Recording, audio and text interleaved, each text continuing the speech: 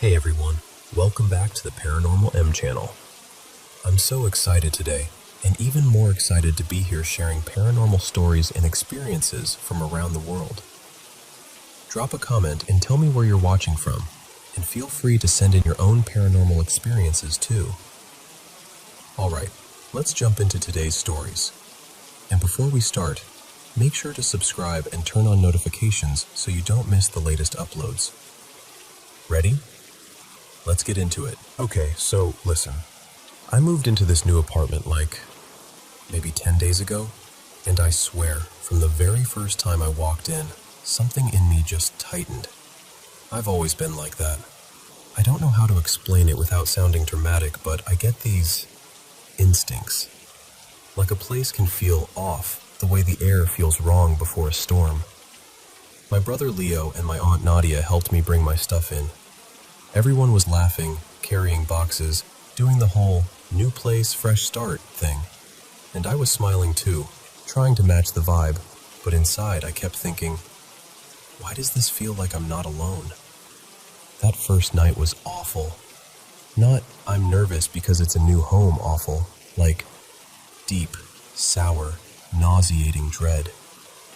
I remember lying there thinking, if I stay here long enough, I'm going to throw up. I barely slept. And then in the morning, I looked down and my legs were dotted with bruises. Not huge ones, but enough to make me pause.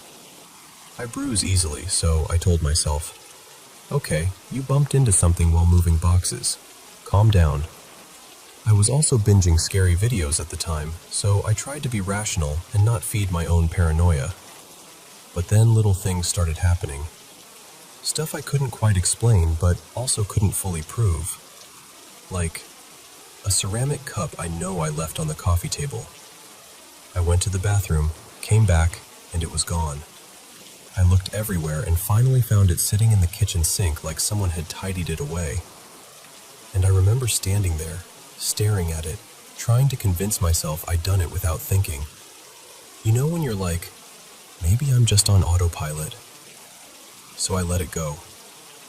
Then objects started falling. Not constantly, but randomly.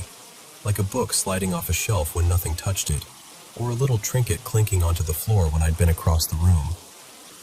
Every time it happened, I'd jump, then immediately scold myself. Whole building, uneven surfaces. Stop making this into a horror movie. During the day, I mostly felt okay. Just every once in a while, I'd get that prickly sensation, like someone was staring at the back of my neck.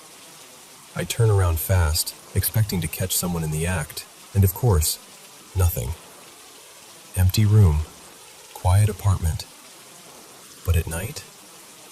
At night, it was different. At night, it felt like the apartment was aware of me. And the creepiest part is, I started getting used to it. Like, I'd do my little routine. Check the hallway, peek into the bathroom, look into the bedroom corners, and everything would be normal. No one there. So my brain would go, see? Nothing. And I'd try to sleep with that constant, watched feeling buzzing over my skin. Here's the thing. I'm not someone who thinks everything is evil. I believe in weird stuff, I guess, but I'm not out here trying to summon spirits or whatever. And for most of those nights, it didn't feel like something wanted to hurt me. It felt more like something was observing, curious, present. Like I'd walked into someone else's space and they were silently deciding what to do with me. I didn't tell anyone. I mean, who do you even tell? My friends would laugh, my family would worry, and I didn't want anyone thinking I'd lost it. Plus, if nothing bad was happening, why stir up panic? I can't explain the difference in a way that makes me sound sane, but it stopped feeling neutral. It started feeling closer, sharper, like the air had teeth. And then last night happened. I have insomnia, so my nights are usually the same. I'm up late, scrolling or gaming, telling myself one more thing until I'm exhausted enough to pass out. That night, I finally shut everything off and lay there in the dark, trying to sleep.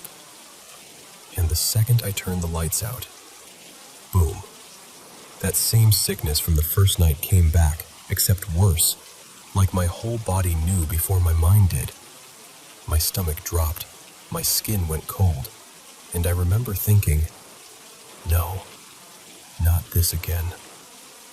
I opened my eyes and I looked around because it felt stupid not to. And I saw something.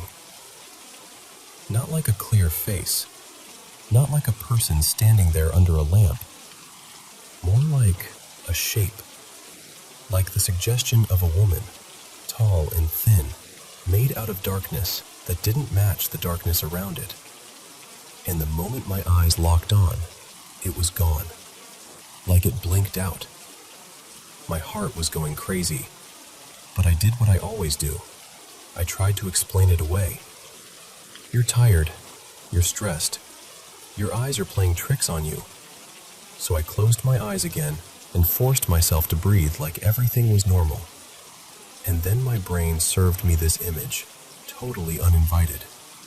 A woman reaching for my feet. Like the kind of intrusive thought that's so vivid it makes you flinch.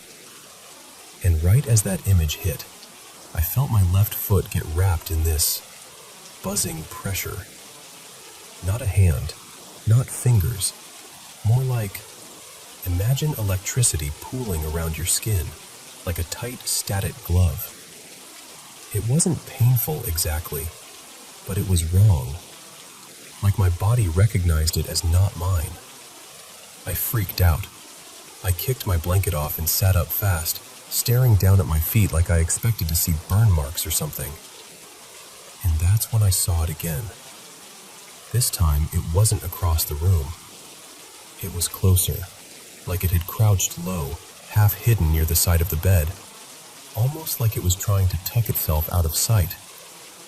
And I know how that sounds, I do, but I swear I saw the outline, the shape, the presence of it. And then, right after, I heard a sharp rustle, and this takeout bag from the night before. Mine was a crumpled fast food bag on the table, just got knocked onto the floor, like a quick, impatient swipe. Then nothing. No more movement, no more sound. Just me sitting there, shaking, staring into the dark like it might happen again. I stayed awake for a while after that, maybe an hour, until my body finally caved and I fell asleep out of pure exhaustion. Which honestly makes me feel even worse, because it's like, I'm so tired I'll sleep even when I'm terrified.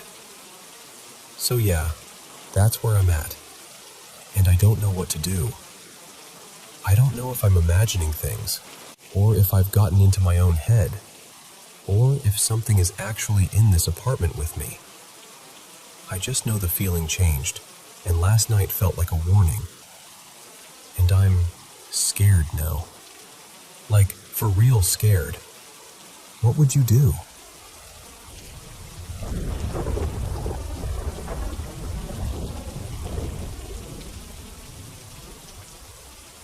So, this is one of those stories that still makes me feel a little tender when I talk about it.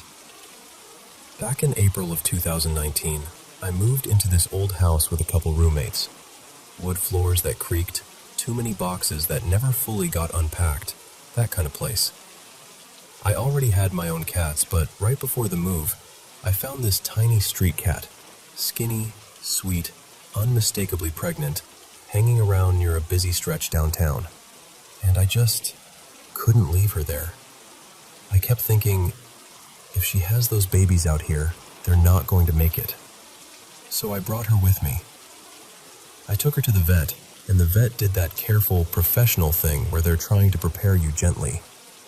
They told me it would probably be a few weeks before she gave birth. She went into labor 6 days later. I remember thinking, no, this is too soon. And it was. The kittens were so small they barely looked real, like nature had rushed and forgotten a few steps.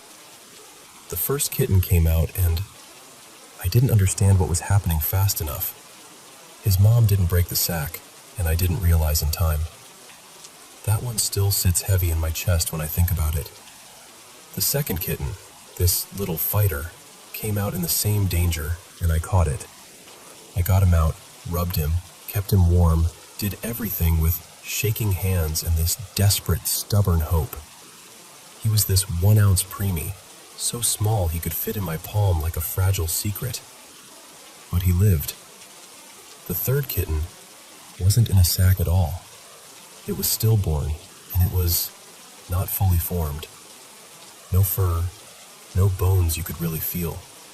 Just heartbreaking in a way I don't even know how to describe without my voice going quiet. And then the fourth arrived later that night, when the house was asleep. Like she waited until the world got quieter. And that kitten, oh, her mom adored her. It was obvious.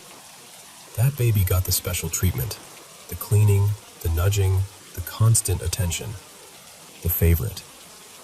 The two that didn't make it, we buried in the backyard. I wanted cremation. I wanted something official. Something that said, you mattered and you existed. But my partner at the time, Evan, thought it was too much for 2 tiny kittens that weighed less than a slice of bread. He said, we're going to live here a long time. They'll still be with us. At the time, I wasn't sure whether that comforted me or irritated me. Now I'm not so sure it wasn't true. The mom and the fourth kitten ended up getting adopted by a friend, Marisol, who really wanted a girl kitten and absolutely did not want a boy. So the fourth baby went with her, along with Mama Cat. The second kitten stayed with me. I named him Juniper, though everyone called him Junie. And he grew up into this big, slightly goofy 12-pound cat who, according to my vet, has a little bit of neurological weirdness, but honestly, he's pretty normal. He's just a little extra in the head, like his thoughts take the scenic route. Anyway, not long after Marisol adopted the mom and the fourth kitten, something started happening in the house. One night I woke up suddenly, that half-awake panic you get when something feels wrong before your brain even catches up.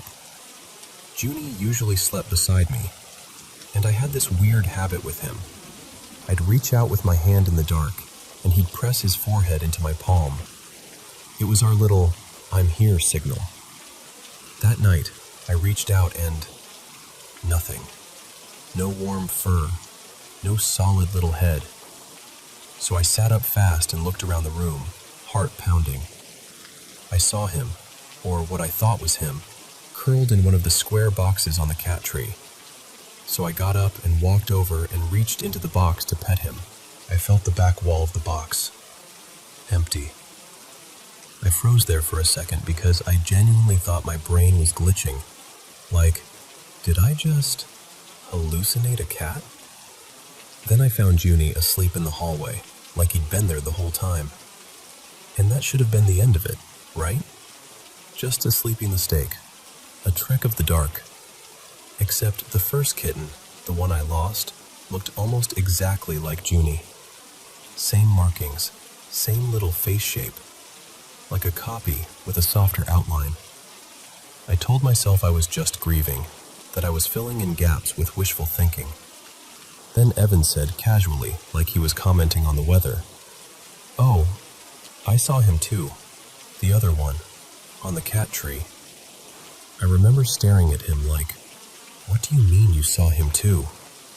And Evan goes, "I looked at him and I just knew his name was Milo, like it dropped into my head." We didn't even argue about it. It was one of those things that felt strangely settled, like the name had always been his. And then there was the other kitten, the third one, the stillborn one, the one that didn't look like Junie at all. Evan said he'd seen that kitten a couple times too, but he couldn't place the name. He kept saying it felt like something that started with an L, like Luca or Lumi, something like that. And he wasn't sure if it felt like a boy or a girl. A couple days later, I had this dream that felt so vivid it made my skin prickle when I woke up. In the dream, I was in this little pet shop, looking at a grown cat, full-sized, healthy, calm, who looked exactly like that third kitten would have if nature had finished the job. There was a tag on the cage door with her name. It said, Lark. When I woke up, I said the name out loud before I even sat up, like I didn't want it to slip away. I told Evan, and after that we just called her Lark, like that's what she had been waiting for. A name, a recognition. And here's the part that makes people give me that look. You know the look. The okay look. Visitors would come over and say things like, wait, where did the other cat that looks like Junie go? Or, I thought you had a second kitten. One of my roommates, Caleb, had friends over one night, hanging out in the craft room with the door closed. We didn't allow the cats in there because there were beads and thread and glue guns and all kinds of stuff that could hurt them.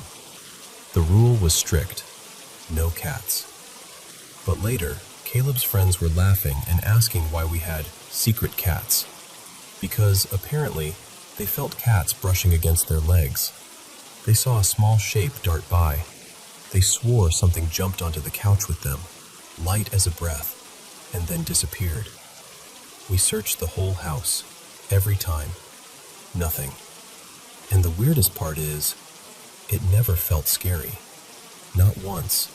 It felt familiar, protective, like someone checking the perimeter.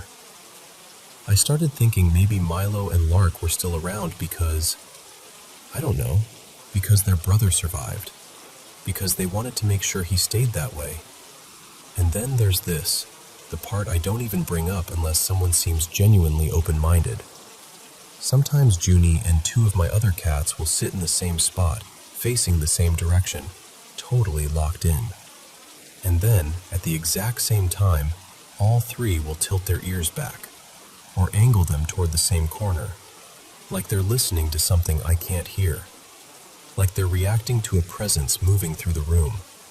Someone once told me, dead serious, that maybe those kittens could share space with my living cats, like borrow their bodies for a moment. I don't know if that's a thing. I'm not claiming it's a thing, so yeah. That's my story. 2 kittens that didn't make it, and somehow still feel like they never really left. Like they're tucked into the corners of the house. Like little warm shadows. Like love, refusing to go quietly, just hanging around to keep watch over the one who survived.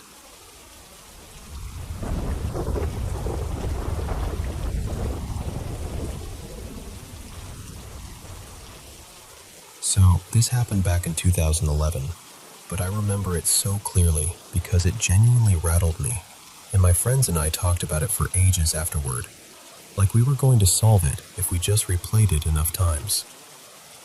At the time, I was living in my very first apartment by myself. It was one of those semi-basement units where the windows sit right at sidewalk level. To get to my front door, you had to walk down this narrow little staircase, like you were heading into a cellar. The building was old. Creaky floors, chipped paint, that kind of old. And the neighborhood wasn't exactly comforting, especially at night. When I first moved in, I was paranoid all the time. I'd jump at every sound. If someone walked above me, I'd freeze and listen to every footstep like it was a warning. But after a while, I settled in. I started to like it, honestly. The place had these wide windows that let in a surprising amount of daylight, and when the sun hit the living room in the afternoon, it almost made you forget you were technically below ground. There was one part of the building that always made my skin crawl, though. The storage room across the hall from my unit. It was dark and damp and smelled weirdly metallic, like old pipes. I refused to go in there alone. If I had to grab something, I'd text a friend like, "Hey, can you come be my emotional support human while I get a box?" People laughed, but they still came. Anyway, the reason I ended up leaving was complicated. I'd gotten married really young, barely out of my teens, and the relationship ended fast. The divorce itself wasn't the scary part. It was the aftermath. My ex, Mason, wasn't violent or anything. But he had this habit of showing up when he felt like it, acting like boundaries were negotiable. I didn't want him knowing where I lived next. I just wanted space, quiet, a clean break. And weirdly, the moment I started packing to move, that's when things got unsettling. At first it was small, like I'd set my keys on the kitchen counter, always the same spot. Then the next morning I'd be tearing through my purse, checking the couch cushions, feeling ridiculous. And I'd find them somewhere that made no sense. On top of the bathroom sink, in the pantry. Once I found them on the windowsill behind a curtain I never opened. It wasn't just keys either. A little tin of cat treats I used daily, my MP3 player, a hair tie I knew I'd left on my nightstand. Things would vanish overnight and turn up later in places that felt wrong. Like someone had put them there on purpose, as if to prove they could. I kept trying to explain it away. I told myself, okay, Harper, you're packing. You're stressed. You've got friends stopping by. You're scatterbrained. That sounded reasonable enough, so I clung to it. But then I started getting this sensation, this heavy, prickly feeling, that I wasn't alone in my own apartment. And the thing is, it didn't make sense. My blinds were always closed. The windows were at street level, sure, but you couldn't really see in unless you pressed your face right up to the glass, and I'd absolutely notice that. Still, I'd catch myself turning around quickly, like I'd heard someone inhale behind me. Or I'd pause mid-task and just listen, because everything suddenly felt too quiet, like the room was holding its breath. I told myself it was nerves, moving jitters, the stress of wanting to disappear from someone's radar, all of it piled together. Then came the night I can't explain. I woke up suddenly, like the kind of wake-up where your heart is already racing before you even know why. For a split second, I thought one of my cats had jumped onto the bed and startled me.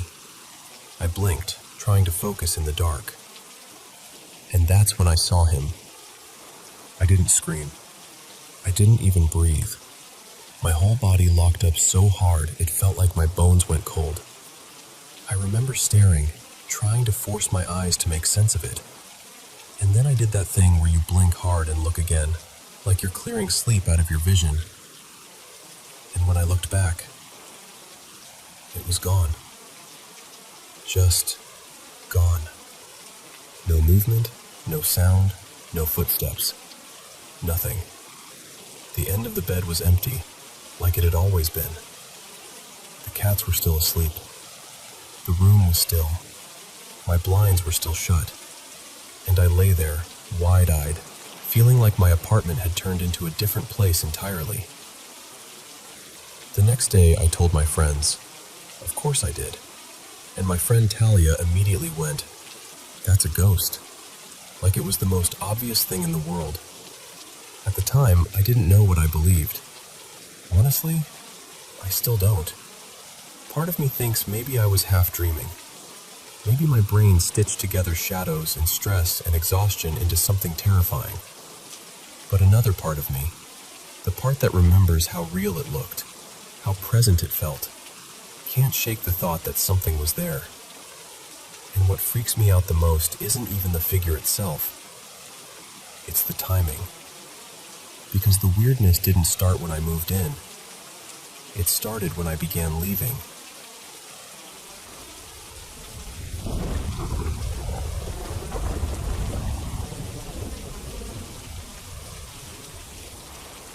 So, I've been binging a bunch of paranormal stories lately, and it finally reminded me that I've got one of my own. Actually, more like a whole little collection of them. And they all happened in the creepiest apartment I've ever lived in, hands down. Okay, back in 2012, my partner, Evan, and I moved in together for the first time. I'd just moved to his state so we could live near his university, and because it was a college town, finding a place was brutal. Everything was either snapped up instantly, didn't allow pets, or required proof of employment, none of which I had yet. We did have a cat though, so we ended up taking this apartment from a landlord who gave off major don't ask questions energy in a neighborhood where you very much did want to ask questions. We only saw the place once before signing, and I hated it immediately. Not because it was falling apart, it wasn't really. It was actually kind of spacious, but something about it made my skin feel tight, like my body was bracing for something it couldn't name. At the time, it was being worked on. No carpet yet, paint smell everywhere, tools and plastic sheeting, that whole deal. The emptiness made everything echo, and I told myself that was what felt so wrong.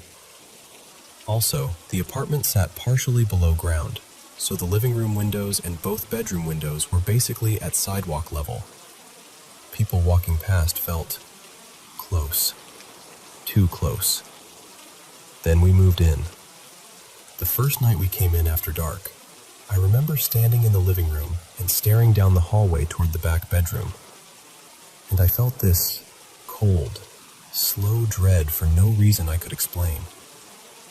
The layout was simple. Front door opens into the living room. Hallway runs straight back. Kitchen and bathroom on one side, a second, smaller bedroom on the other, and this little utility closet and laundry closet tucked along the hall. The big bedroom was at the very back, farther from the street, bigger, quieter. It should have been the more comfortable one. It wasn't. That back bedroom had this weird darkness. Like even if the lights were on in the hallway, the bedroom swallowed it. It always felt colder back there too, like the air never fully warmed up. And if I was alone in that room, I couldn't relax. I'd catch myself keeping my shoulders up like I was waiting for someone to tap me. I stopped sleeping well. I'd leave lamps on. I'd avoid getting up to use the bathroom at night unless Evan came with me. Yeah, I know how that sounds. But it was like my body refused to cross that hallway alone in the dark. A couple days after we moved in, I told Evan something that even I thought was bizarre. I said, "Our laundry closet freaks me out. I feel like one day I'm going to open it and see a man hanging in there." And I remember laughing right after, like, "Okay, brain, what are we doing?" Because why would you even think that? But the feeling was so strong I couldn't shake it. Anyway, the back bedroom got so bad that we eventually moved our bed into the smaller room closer to the front. And weirdly, immediately, I slept better. But then something else started ramping up. My sleep talking. I've always talked in my sleep. I'm one of those people who sits up with my eyes open and speaks like I'm in the middle of a conversation, and I don't remember a word of it in the morning. Evan wasn't used to that yet, so it really freaked him out. One night, I apparently sat straight up and snapped, "Stop it! That's not funny! Get those faces away from the window!" And Evan launches upright, because our bedroom window was right at street level. He thought someone was messing with us outside. He climbed up on the bed and yanked the curtain back like he was ready to fight. Nothing. Sidewalk empty. Just the glow of a street lamp and the occasional car. Middle of the night. I'm out cold. And suddenly I sit up again and say, really clearly, "Who is that?" Evan wakes up instantly, because again, neighborhood, ground level windows, all of that. And he's scanning the room, thinking someone broke in. He whispers, "What? Who?" And I say it again. Who is that? But I'm not looking at the window. I'm staring at the closed closet door. He tells me, "There's no one here. Go back to sleep." And I get irritated, like genuinely annoyed he can't see what I'm seeing. I go, "The little boy in the green coat. He's right there. He has a white rabbit." Evan said the way I said it wasn't dreamy or nonsensy. It was like I was describing something obvious, like I was pointing out a chair in the room, and he was pretending not to see it. And then I just laid back down. Evan didn't sleep much after that. I don't blame him. Fast forward almost a year. By then, I wasn't struggling to sleep anymore. At least, not the way I was in that back bedroom. But my sleep talking had turned into full-on sleep yelling sometimes, and Evan was exhausted from it. It was like whatever pressure had been sitting on me had shifted into my dreams. Then one night, I'm doing laundry, and I casually say, without even thinking about it, "God, I hate this closet. I still feel like I'm going to open it and see a man hanging in there." Evan just slowly turns and goes, "You said that when we first moved in." And I swear to you, I had completely forgotten. The words came out of my mouth like they were on autopilot. Hearing that I'd said the exact same thing months earlier made my stomach drop. A few nights later, I went to do laundry again. I opened the laundry door, and for a split second, the washer and dryer weren't there. It was just this dim little closet space, and there was a man hanging from above like he'd always been there. Flannel shirt, work jeans, heavy boots. I saw him for maybe half a heartbeat, and then the washer and dryer snapped back into place like a glitch corrected itself. I slammed the door so hard it hurt my hand and ran straight to Evan. I was shaking, trying to laugh it off because I didn't want to sound insane, but I was crying too, like my body was trying to pick one reaction and couldn't. Evan was quiet for a long time. Then he said, "Describe him." So I did. And halfway through, before I could even finish, he quietly filled in the rest of my description. Same clothes, same boots, because he'd seen him too. That was the point where my brain stopped trying to rationalize it. Because if it's just you, you can tell yourself you're tired, you're stressed, it's shadows. But when someone else confirms details you hadn't even said out loud yet, that hits different. That hits deep. We called a friend of Evan's, Marisol, who practiced Wicca and was one of the only people we knew who wouldn't immediately tell us we were being dramatic. She told us to come over. At her place, she did this whole cleansing ritual. Candles, herbs, murmured prayers, the works. She gave us a long strip of red fabric and told us to hang it above the front door as protection. She also gave us a small candle that had been lit from what she called a working flame, and she told us to use that to light any other candles or incense we burned in the apartment. And she told us to draw a specific symbol on the fuse box near the laundry area. So we did all of it. We hung the red fabric above the door. We marked the fuse box. And then, because I had an early shift the next morning, and I'm not proud of this, I told Evan, "Can you start the laundry and I'm going to bed?" I passed out immediately. Evan stayed up, procrastinating because he was creeped out. He told me later he just sat there staring at the laundry door like it was going to breathe. And this is the part I didn't witness. This is entirely Evan's story. But I believe him, because he's the kind of person who hates exaggerating. He said the second he touched the doorknob with his free hand, the one not holding the candle, the laundry door started shaking. Not rattling gently, shaking like someone was on the other side slamming both fists into it. And he heard a man screaming. Not like through the walls, not like from outside. He said it sounded like it was coming from inside the closet. Meanwhile, I'm asleep in the room across the hall, completely unaware. No waking up, no hearing anything, nothing. Evan said it lasted a few seconds, long enough for him to freeze, long enough for him to feel his stomach drop, long enough for him to think, "Oh, I have made a mistake." Then everything stopped. Total silence. He waited. Then he opened the door. And according to him, the air inside the laundry closet felt normal.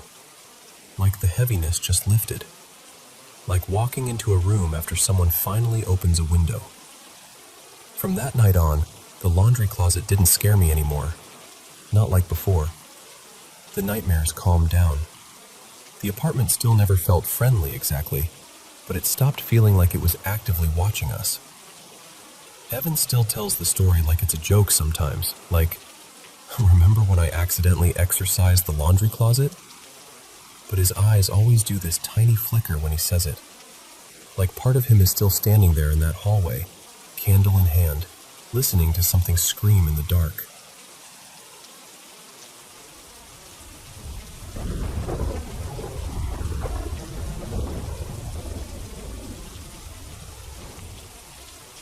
Hey, so before I get into the weird part, let me ground this in something really ordinary. Someone in my immediate family, my Aunt Marianne, worked in a British charity shop for over 2 decades. Just quietly showing up, sorting donations, steaming clothes, chatting with regulars, doing the everyday work that keeps places like that alive. And if you've never had charity shops where you live, here's the quick version.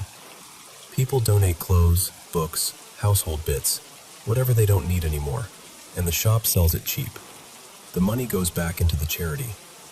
A lot of the staff are volunteers. It's not glamorous, but it matters. And this particular shop, it mattered to a lot of people who passed through it. What most people didn't know was that it also had a reputation. Not fun, spooky story for Halloween reputation.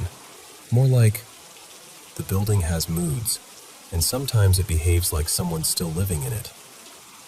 I'm telling you this straight. Nobody in my family was trying to build a legend, and there was never any benefit in pretending.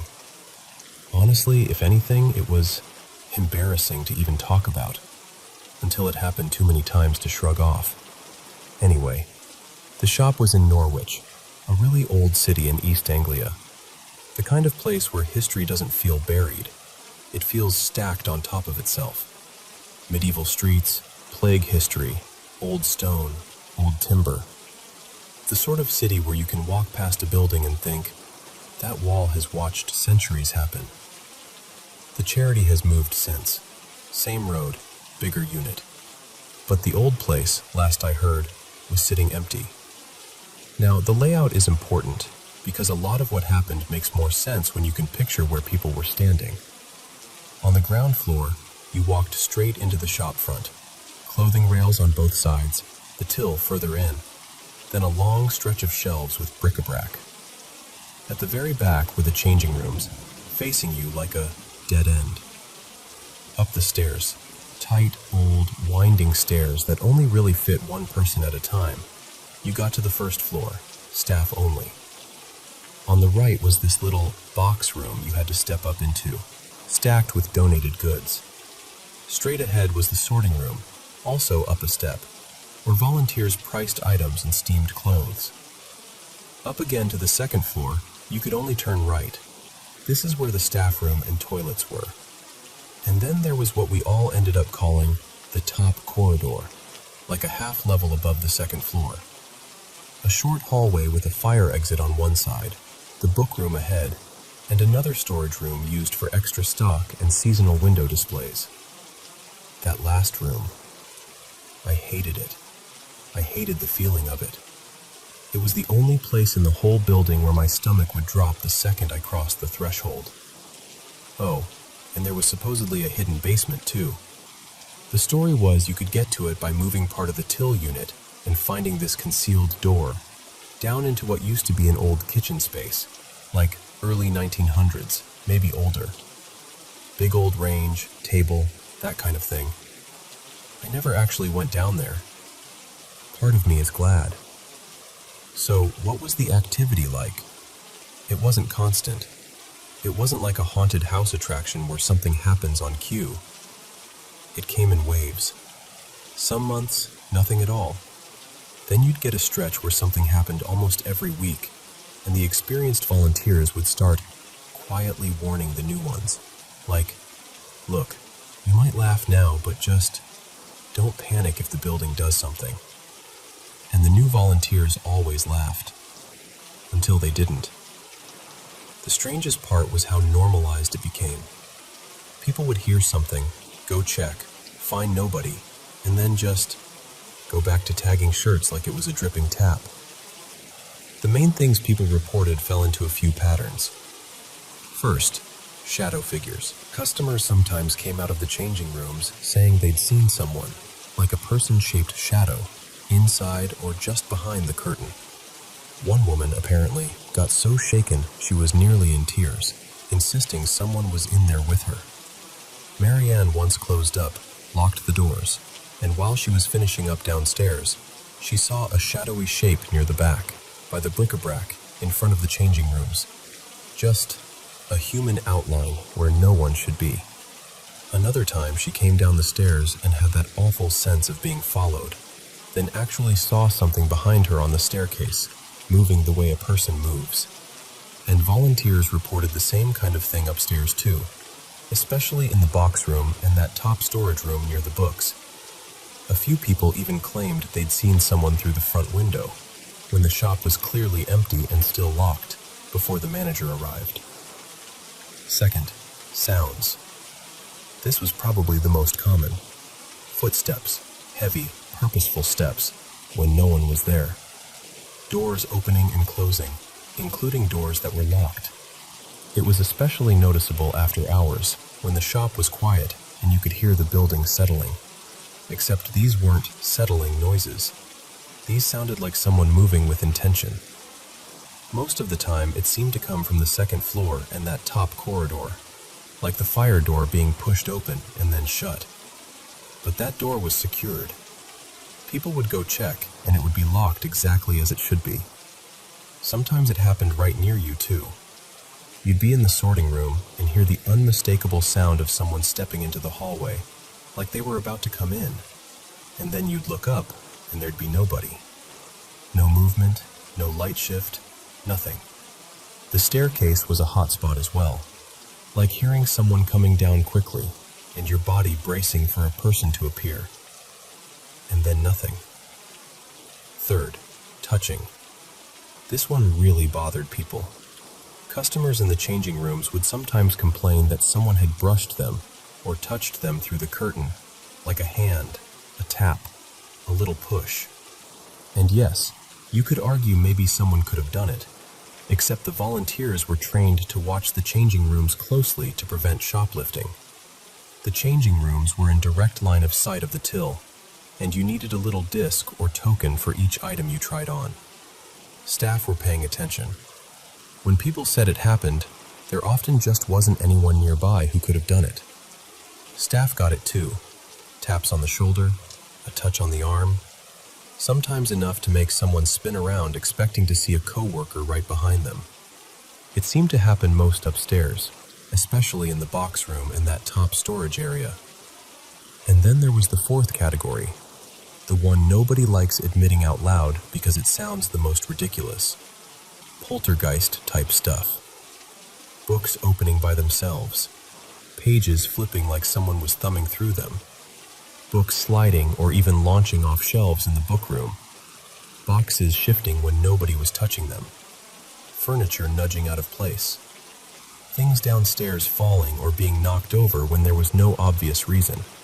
Sometimes with enough force that it didn't feel like a simple wobble.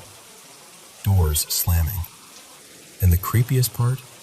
Staff would hear what sounded like big items being dragged around in a room nobody was in.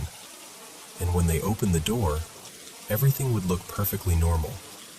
Nothing moved. No sign of disturbance. Just silence, like the building was holding its breath. Now, my own experiences. By the time I had them, this stuff had already been a regular topic in my family. So I grew up hearing it the way you'd hear stories about a difficult neighbor. Half believed, half filed away, always told with a slightly careful tone. My first experience happened when I was little, maybe 8 or 9. My dad had taken me and my brother out and bought us these cheap toy weapons, plastic swords, one of those little bow and arrow sets. And afterward, we went to the charity shop after closing to pick up Marianne. The shop was locked, quiet.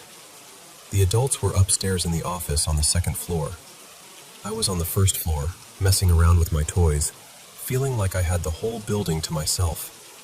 And those stairs, listen, those stairs were steep, narrow, twisting, the kind of stairs where you need to pay attention.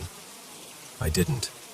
I took a wrong step and pitched forward, and I should have gone down, hard, head first, the kind of fall that can really hurt a kid. But I didn't fall. It's hard to explain without sounding insane, but I felt something invisible, grab my legs and hold me. I ended up stuck upside down, like my lower half was anchored in midair. I remember my arms flailing and my face hot with panic, screaming because my brain couldn't understand why gravity had just stopped working. And I remember seeing my feet, rigid in place, and the stairwell ceiling beyond them. My dad came running down and grabbed me. Later, he told me the strangest part wasn't even my screaming. It was that he saw no one holding me up. Just his kid somehow balanced in a way that shouldn't be possible. And I wasn't some nimble little gymnast. I was clumsy, honestly. If I'd been alone, I think I would have convinced myself I imagined it. But there were adults there. People saw it. My family has this long-running idea of guardian angels, moments where someone gets saved from something that should have gone badly. And they've always counted that as one of those moments. Whether it was connected to the shop, I don't know. Because for a long time, the shop didn't feel personal. Most of what happened there felt random, almost like echoes repeating. Until the second time. Fast forward a few years, early 2000s. I was a teenager, going to college in Norwich. On days Marianne worked, I'd sometimes meet her at the shop after closing. We'd sit upstairs and wait for my dad to pick us up. Just the two of us in this locked building, the street outside quieting down. And around that time, it had been calm. Not much to report. No big stories lately. So one evening, we're sitting in the office, chatting, and I ask casually if anything odd has happened recently. And Marianne goes, "Honestly, it's been quiet for ages. And I don't know why I did this. Maybe I'd been watching too much late-night ghost TV. Maybe I just wanted to prove to myself it was nonsense. But I got cocky. I actually called out into the building. Something like, 'If anyone's here, let us know.' That kind of stupid challenge you only make when you think nothing will answer. And almost immediately, a crash from the top corridor, like something large falling. Then footsteps, fast, coming down from that top level to the second floor, running right past the open doorway of the office. We both looked, saw nothing. Then the footsteps kept going, down the stairs, full speed. Then a slam from the first floor, the sorting room door closing hard. And after that, it sounded like someone was tearing the sorting room apart. Bangs, scrapes, shifting, like a person throwing boxes around in anger. Marianne went white because her first thought was practical. Oh my God, we've locked ourselves in with someone. A shoplifter, someone hiding. And because I was 17 and apparently expendable, she sent me down to confront them. I was terrified. I'm not a fighter. I hate confrontation. But I also didn't want to believe it was anything else. Because if it wasn't a person, then what was it? So I went down. And as I descended the stairs, I could still hear the chaos in that sorting room. It sounded real. It sounded physical. I reached the door, pushed it open, and the moment I stepped inside, everything stopped. The room was square, one entrance, no windows to climb out of, no second door. Nowhere a person could have gone without passing me, and nothing was disturbed. No boxes tipped, no rails moved, no piles on the floor. It was like the sound had been playing for us, and the second I entered, someone hit pause. I can't explain that. I still can't. And then the third experience. This one was quick, but it was the one that made my stomach drop because it was so visible. Another evening, I'm downstairs with Marianne, about to lock up. The shop is quiet, lights still on, nothing dramatic. We're doing the last little check before leaving, and a handbag, resting on a shelf, suddenly flew off. Not slid, not toppled down the front. Flew outward into the room, landing a good meter or two away like it had been flicked or thrown. We both just stared at it, because there's a huge difference between something falling and something being sent. And I've also seen books come off shelves in there too. Again, not the gentle, gravity did its thing kind of fall. More like an interruption. Like the air itself got impatient. So that's the story. A small, ordinary charity shop that most people walked past without a second glance. Quiet volunteers, donated jumpers, old paperbacks, sitting inside a building that sometimes behaved like it was sharing the space with someone you couldn't see. And if you're listening to this thinking, okay, but what was it? Who was it? I wish I could tell you. All I can say is, people didn't go looking for it. It came to them. And after enough years, enough footsteps, enough taps, enough doors that shouldn't open, enough objects moving like they had opinions, you stop asking whether it's real, and you start asking what it wants.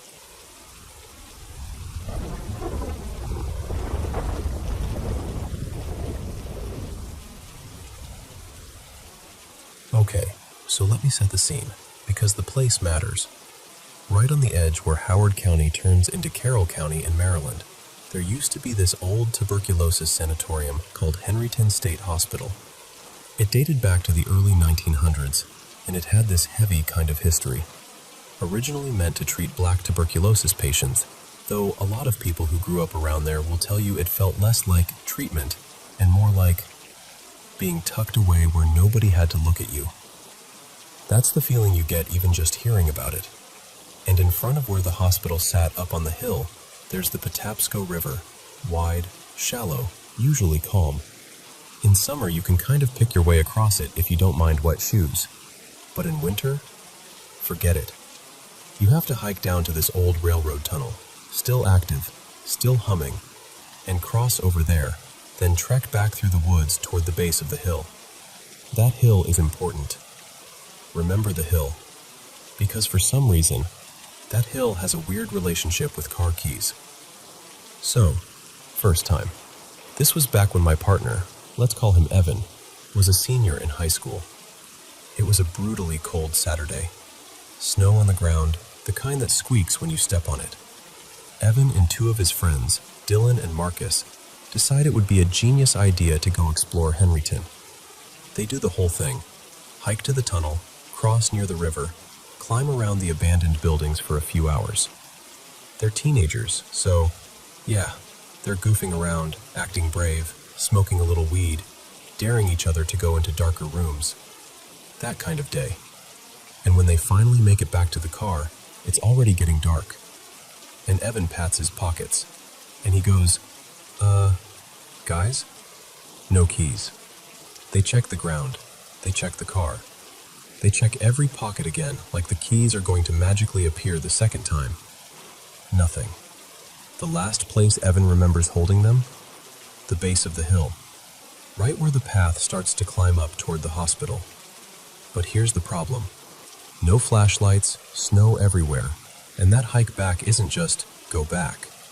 It's cross the river area again and cover ground in the dark, in the cold, half-stoned, in the woods. Not smart. So Marcus, who's wearing these thick snow pants, goes, I'll do it. I'll just wade across and check the trail. Which is insane, by the way. It's freezing. But he does it, and he finds the keys. Pretty quickly. Not buried, not off to the side. Right in the middle of the path at the bottom of the hill, like someone set them there. They all shrugged it off. Teenagers lose stuff. You get distracted. You drop things. When Evan told me that story years later, I laughed and said, yeah, you guys were just high. Like, case closed. I didn't even entertain anything paranormal. Not even a little. Then came the second time. A few years later, around October, right before Halloween, Evan and I decide we're going to hike up there together. I'm thinking, spooky vibes, crisp air, little adventure. We'll take pictures, poke around, leave before it gets too late. We hadn't checked anything online because we're apparently allergic to planning, and we didn't realize the place had been demolished a few years earlier. Like, fully torn down. On the hike, Evan retells the key story, and we're laughing about it. But I'll admit, hearing it out there, with the woods quiet and the river nearby, It made me weirdly aware of my own keys. So I do this very responsible thing. I clip my keys, carabiner and all, to Evan's backpack strap. Tight, secure, not going anywhere. Then we get close to, the base of the hill. And I don't know how to explain this without sounding dramatic, but I suddenly felt watched. Not like, oh, there might be another hiker. More like that prickly feeling on your neck when you realize you're alone, but you don't feel alone. I told myself, it's just the story in your head. It's October. You're doing the spooky thing. Stop. And then, out of nowhere, my keys start jingling. Not a tiny shake, like a deliberate rattle, like someone had their fingers on them. I look at Evan like, are you messing with me? And he looks genuinely confused, like he hadn't even moved. The keys keep rattling for a second longer. Evan reaches over, unclips them, and sticks them in his pocket like, okay, nope. And we keep walking up. We reach the top and, no hospital, just a clearing, trees, broken bits of foundation. It was honestly depressing. Like the land itself was trying to pretend nothing ever happened there. So we turn around and start heading back down. And we're almost at the bottom of the hill when I see something on the trail. A single car key. Just sitting there. I laugh because it feels like a joke. Like, wow, someone else did the Henryton key thing. Evan bends down, picks it up, and holds it up like, hey, isn't this yours? And my stomach dropped, because it was mine. And I immediately go, that's impossible. They're in your pocket. So Evan pulls my keys out of his pocket. And sure enough, the car key is missing. Now listen, my keys are not flimsy. They're on a carabiner. The car key was attached to a key ring that doesn't just come undone. You'd have to twist and work it off. And there it was, detached, alone, sitting in the center of the trail at the bottom of the hill. Evan just goes, really quietly, this is exactly where Marcus found mine. And that same watched feeling rushed back so hard, I felt kind of dizzy. I put the key back on the ring with shaking fingers, and the whole walk back to the car, I held my keys like they were going to sprout legs and run. And the weird part? Even dangling from my hand, they didn't make a sound again. Not a single jingle. For a long time after that, I tried to rationalize it. I did the whole coincidence thing. I told myself maybe the ring was looser than I thought. Maybe my key snagged on fabric. Maybe I didn't clip it as securely as I believed. But deep down, it didn't sit right. Then came the third time, and this is the one that finally snapped something in me. Evan and I decide to go back one more time, partly because it's actually a beautiful hike, but mostly because we wanted to test it. Like, okay, if something up there messes with keys, let's see. And we were prepared, hyper-aware, paying attention. No casual clipping, no absent-minded pockets. The hike out was normal, quiet, a little overgrown, branches and thorny bushes grabbing at our sleeves. The kind of trail where you feel like you're trespassing even if you're not. And then we hit the base of the hill, and that dread hit me again. Instant. Like stepping into a colder patch of air. I kept looking behind us, expecting to see, I don't know, a person, a deer, anything. Nothing. Evan had his keys in his pocket, but he did this thing on purpose. He left the top of the keychain just visible, like bait. Like, if you're going to do it, do it. We walk up the hill. Nothing grabs them. Nothing jingles. But the deeper we got, the stranger I felt. Foggy, dreamy, disoriented, like my brain wasn't fully in my skull. And I didn't say anything because I didn't want to influence him. We reached the clearing. We stand there a minute. It's quiet in that unsettling way quiet can be, where you realize you're listening too hard. We start walking back down. At the bottom of the hill, Evan goes, half joking, "Well, guess the ghosts are over it." And he shoves his keys deeper into his pocket like, "See? Nothing." Then we wander along the train tracks for a bit, trying to find another trail Evan remembered. We don't find it. So we turn back, and I'm walking a few paces behind him. And we're not even on the hill trail anymore. We're near it, but not on it. And that's when I see it. Out of the corner of my eye, Evan's little headphone case, attached to his keychain, starts to rise out of his pocket. At first I think, oh, his pocket snagged weird. Movement. Friction. But then it keeps coming. Slowly. Smoothly. And the rest of the keychain follows, inch by inch. And here's the part that makes my skin crawl even now. The keys didn't fall like they should have. They didn't dangle down naturally as gravity took over. The chain looked taut, like something invisible had a grip on it and was pulling straight upward, trying to slide the keys out without making it obvious. Like it was being careful. Like it didn't want Evan to notice. I just blurted, without thinking, "Your keys are coming out of your pocket." Evan stops, looks down, and then looks at me with these huge eyes, like he already knows what I'm going to say before I say it. He yanks them back into his pocket, and we both just stand there for a second, silent. And the creepiest part? It only happened right there, right in the vicinity of that hill.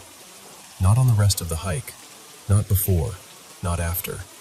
3 separate trips, 3 separate moments, same general area, same weird pattern.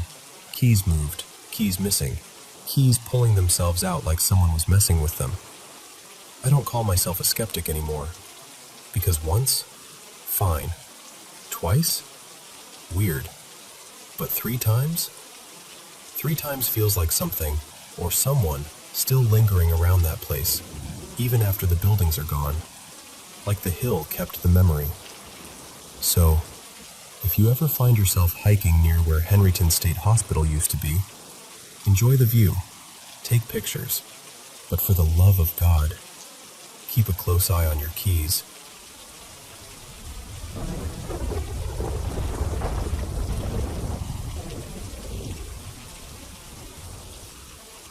Okay, so I just finished the episode, and I need to talk about it, because I genuinely can't stop thinking about the first half, especially the whole method that Marin and Jace use, and then the uncut, debunking footage on top of that.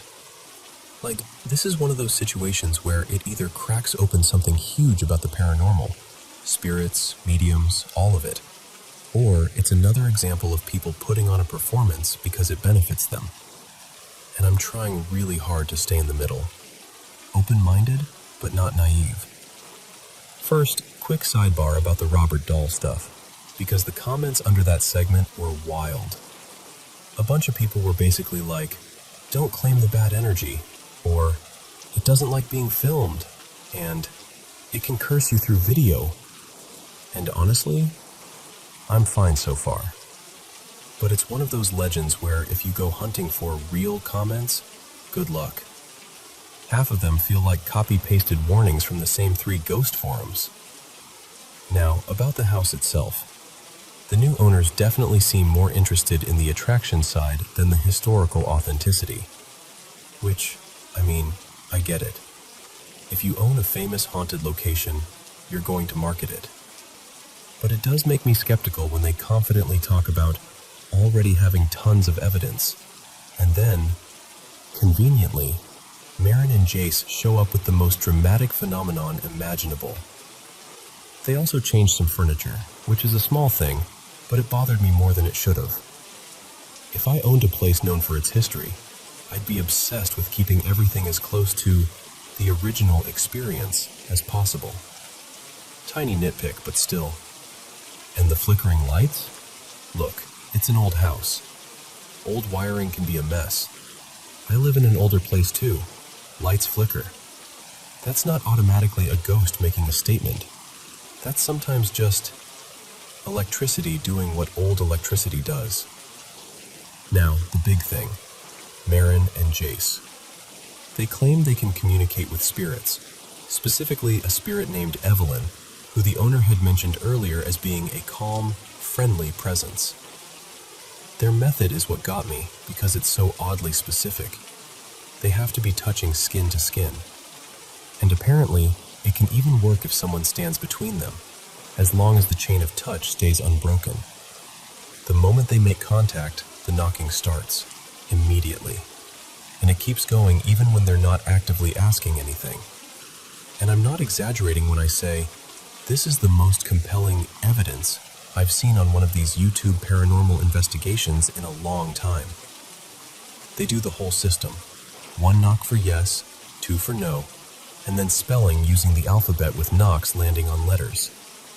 And the thing is, a lot of it feels seamless. It doesn't sound like someone across the room tapping. It doesn't look like a crew member doing something off camera. The answers are often weirdly accurate. There was even a moment where the knocks seemed to lag, like whoever, or whatever was responding, got ahead of itself and had to correct. That kind of imperfect moment is the stuff that makes it feel real, because if you were faking it, wouldn't you keep it smooth? Wouldn't you avoid a mistake? They also brought up personal stuff, details about Riley and Noah, the investigators, and their producer Miles. That's the part that made the room go quiet, because you can feel everyone thinking, okay, now hold on. And to their credit, they did try to rule out simple tricks. They checked below the room, they checked above it, they moved locations within the house, and it still happened. So yeah, it's intense.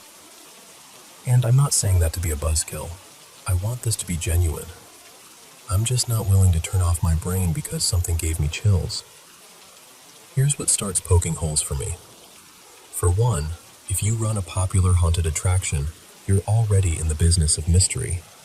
Even if you're not outright lying, the incentive to enhance things is right there. And Marin and Jace have a background that raises my eyebrows. They've been connected to paranormal TV circles and regional unusual phenomena groups, stuff where reputation and attention really matter. That doesn't prove anything, but it does create bias. If your identity is built around being the people who can do this, of course you're going to protect that narrative. The debunking footage also didn't really seal the deal for me. It mostly showed that it wasn't some random person off to the side knocking, but it didn't explain what it was, or eliminate the possibility of a trick happening closer to them. A few specific things I couldn't stop noticing. The knocking sound is strangely consistent. Like, it sounds similar on different surfaces. Even when they move onto gravel outside, it still has that same signature knock. Marin leads the entire flow. She finishes words quickly, she controls the pacing, and in the uncut footage, she guesses a full word when only the first letter was confirmed, like she's steering the outcome. The knocks rarely respond directly to the investigators unless Marin and Jace are the ones guiding it. It's like the spirit only cooperates through them. Marin stays locked onto Evelyn even outside of the house, which feels odd if Evelyn is supposed to be tied to the location. Distance is hard to judge because audio can be deceptive. Sometimes it sounds close, then suddenly farther, and I don't know what to make of that. And the rubber glove test? That's a big one. When the gloves stop it, they explain it as energy being blocked. Maybe, or maybe it's because the method requires a certain kind of contact for a certain kind of physical trick. Also, Marin made a comment joking about them being able to go on dates, like it's normal. But if this starts every time they touch, wouldn't that be incredibly annoying? Imagine holding hands and constant knocking begins. That's either a lifetime of chaos, or the phenomenon is more on command than they admit. The park scene, though, yeah, not convincing. That whole outside segment felt like the weakest part by far. They supposedly connect with a spirit named Tess, described as a teacher who died near a school close to the park. But the information didn't feel impossible to know. It felt like the kind of thing someone could find with one quick search, especially if you're local or you've done this before. Two moments stood out as, "Wait, what?" to me. One, when they learned Tess was a teacher, Riley asks if the park used to be a school, and Marin almost says yes, then abruptly pivots to no. It's subtle, but it's the kind of slip that makes you wonder what she was about to commit to. And two, Marin seemed to assume the spirit was female before that had been established. None of that is a smoking gun. It's just enough little weirdness that the mood shifts from "holy crap" to "okay, slow down." And honestly, the method itself is still murky. And the randomness is inconsistent depending on the location. In one setting, the knocks continue constantly, even during casual conversation. In another, they only happen when direct questions are asked. That inconsistency could mean different spirits. Or it could mean the method is being controlled more than they're admitting. Overall, I'm stuck in that frustrating place where I'm fascinated and skeptical at the same time. I want it to be real. I really do. But personal details about families are often accessible. If they had shown more of the producer's session, something harder to research, more specific, that would have helped. So for now, I'm calling it this. Incredibly interesting, not fully proven, and absolutely worth watching with a clear head. And I hope the next part brings clarity, because if they start bringing in bigger, more influential guests, it could either mean they're tightening the investigation, or it could mean they're building a bigger show. Either way, I'll be watching.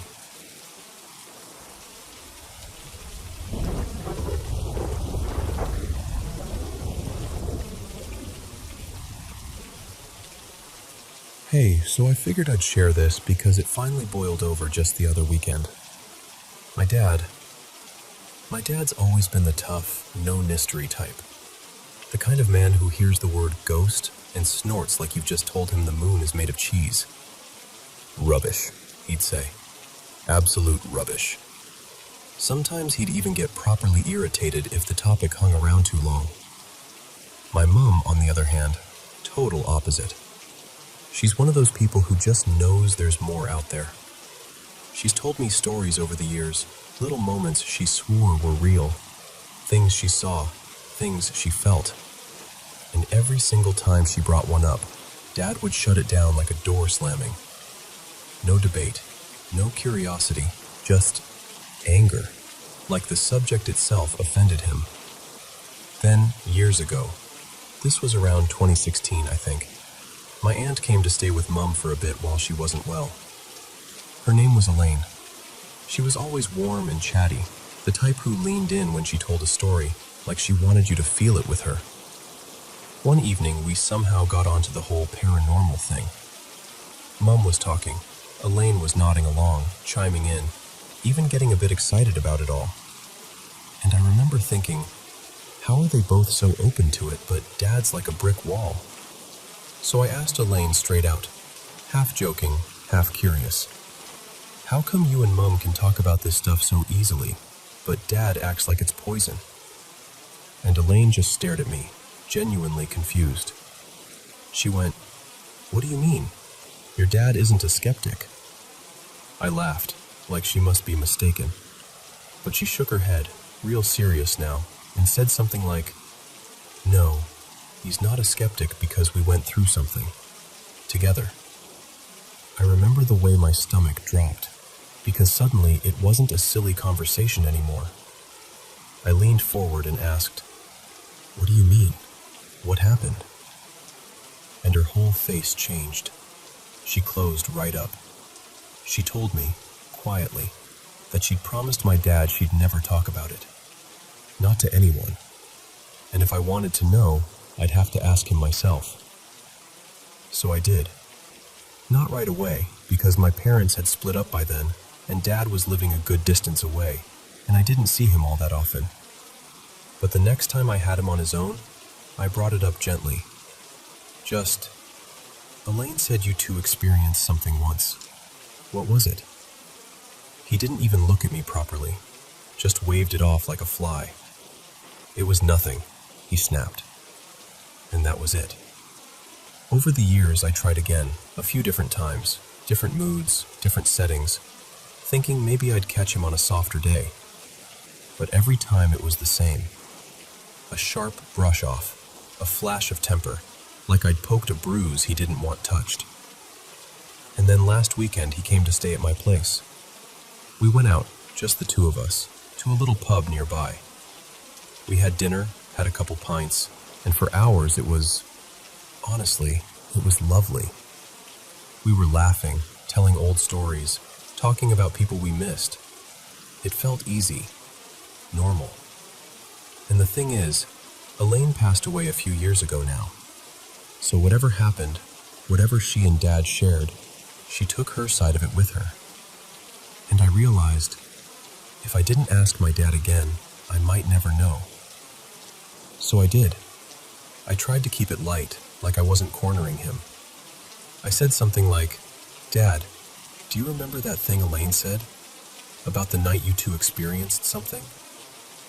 And it was like someone flicked a switch inside him. Instant anger. Sharp, hot, immediate. Right there in public, after we'd just been laughing our heads off, he suddenly looked ready to explode. It honestly stunned me. I put my hands up like, all right, calm down. I'm only asking because Elaine wouldn't tell me." His face went tight, then softer, like he was fighting himself, and he said, "Sorry, I shouldn't have snapped at you.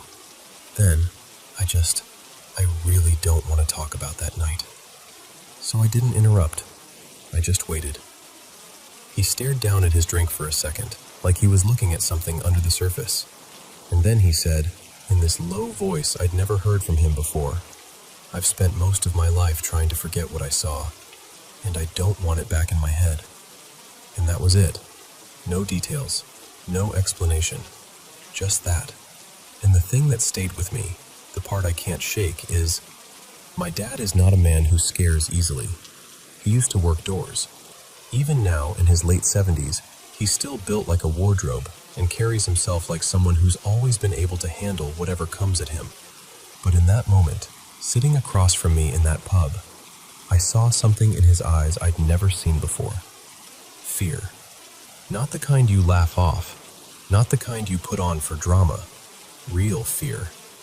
And honestly, that frightened me more than any ghost story ever could.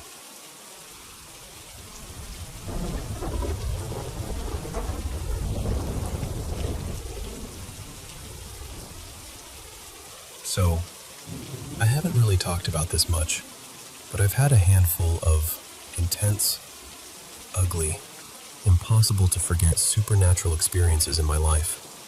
Stuff that messed with me for years. And then, almost like someone flipped a switch, it stopped about 3 years ago. But even though things have been quiet, it kind of changed me. I'm the type of person who notices the tiny shifts in a room, a sound that's one beat off, a feeling that doesn't belong. I don't go looking for it. I just can't not notice. Anyway, my partner Maya and I live in a 2-story townhouse, bedrooms upstairs. And right inside the bedroom door, on the left, there's this old freestanding full-length mirror. Heavy thing. Oak frame, a little scratched up. The kind of mirror that feels like it has a history even when you don't know what it is. I got it more than 20 years ago when my buddy Trevor was clearing out his dad's place. He was like, "Do you want this?" And I said sure, because it was solid wood and I was broke and young and thought it looked cool. Our bed sits in the middle of the room, and the mirror is across the floor from my side, close enough that if I open my eyes at night, it's right there in the dark. We've got 2 dogs, but our older one, Daisy, usually sleeps with us. She's been around that mirror her whole life. Never cared about it, not even once. And then last night, well, technically this morning, I wake up because I hear this low growl. That deep, serious kind. Not the "I'm annoyed" growl, the "something is wrong" growl. I squint at the clock. 2:47 a.m. Daisy is sitting upright on the bed like a statue. ears forward, head lifted, eyes locked on the mirror. For a second, I'm just confused. Like, maybe she's dreaming. Maybe she heard something outside. So I reach down and give her a little tap on the hip, whispering, "Hey, stop. It's okay." She doesn't even flinch. She lowers her head a little, but she keeps staring into the mirror like it's the only thing in the world. Then, within maybe a minute, she starts up again, growling harder. And this time she slowly slides forward on her belly, creeping toward the edge of the bed. And her growls start turning into these short, sharp barks, like she's warning something. And I swear to you, in that moment, my brain runs through 1,000 possibilities all at once. Is someone in the house? Did I forget to lock something? Is there something in the room? Is the mirror about to fall? But the way she's acting, it doesn't feel like a normal noise or a mouse in the wall. It feels focused. Her growling gets louder, the barks get louder, and then she carefully stands up, climbs down off the bed, and walks toward the mirror like she's approaching a threat. She stops about 3 feet away and lies flat on her stomach with her front legs stretched out, head pointed straight at it, growling through her teeth. That's when I get up. I'm trying to stay calm, but my chest is tight, and my skin is doing that prickly thing. I flick on the lights, every light I can reach, and the room looks completely normal, completely boring. Clothes on a chair, the same shadows, the same oak-framed mirror doing nothing but reflecting a lit-up bedroom. I check the clock again. 3:06 a.m. Daisy follows me downstairs like she's on duty. I figure maybe she needs water, or to go outside, or maybe she's sick. Nope. She doesn't want food, doesn't want water, doesn't want to go out, won't even take a treat, which is basically unheard of for her. So we go back upstairs.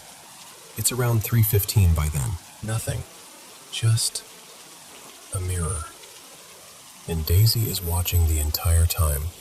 Quiet now, but alert. Eventually she seems to settle, like the moment passed. So I turn off the lights, get back under the covers, and she hops up into her usual spot. Same side, same position, facing the mirror. And I don't sleep for a while. I just lie there listening to the house. Every little creak, every distant pipe sound, every tiny settling noise. Waiting for, I don't even know what, something to explain it. But the rest of the night stays quiet. No more growling, no barking, nothing. Then this morning I go downstairs to make coffee, still feeling kind of weird about it. And I notice something that makes my stomach dip a little. The doors to the small laundry closet, both of them, are wide open. And listen, that could be nothing. Could be Maya. Could be me. Could be that they didn't latch all the way. I'm not claiming I caught some big paranormal proof moment, but I know they were closed when we went back upstairs around 3. So, yeah. After I typed it all out, I kind of laughed at myself, because on paper it doesn't sound like much. It's not a dramatic horror movie scene, but I'm telling you, being jolted awake in the middle of the night to your dog growling at an old mirror like something is standing there, that is absolutely, undeniably terrifying when you're the one in the room.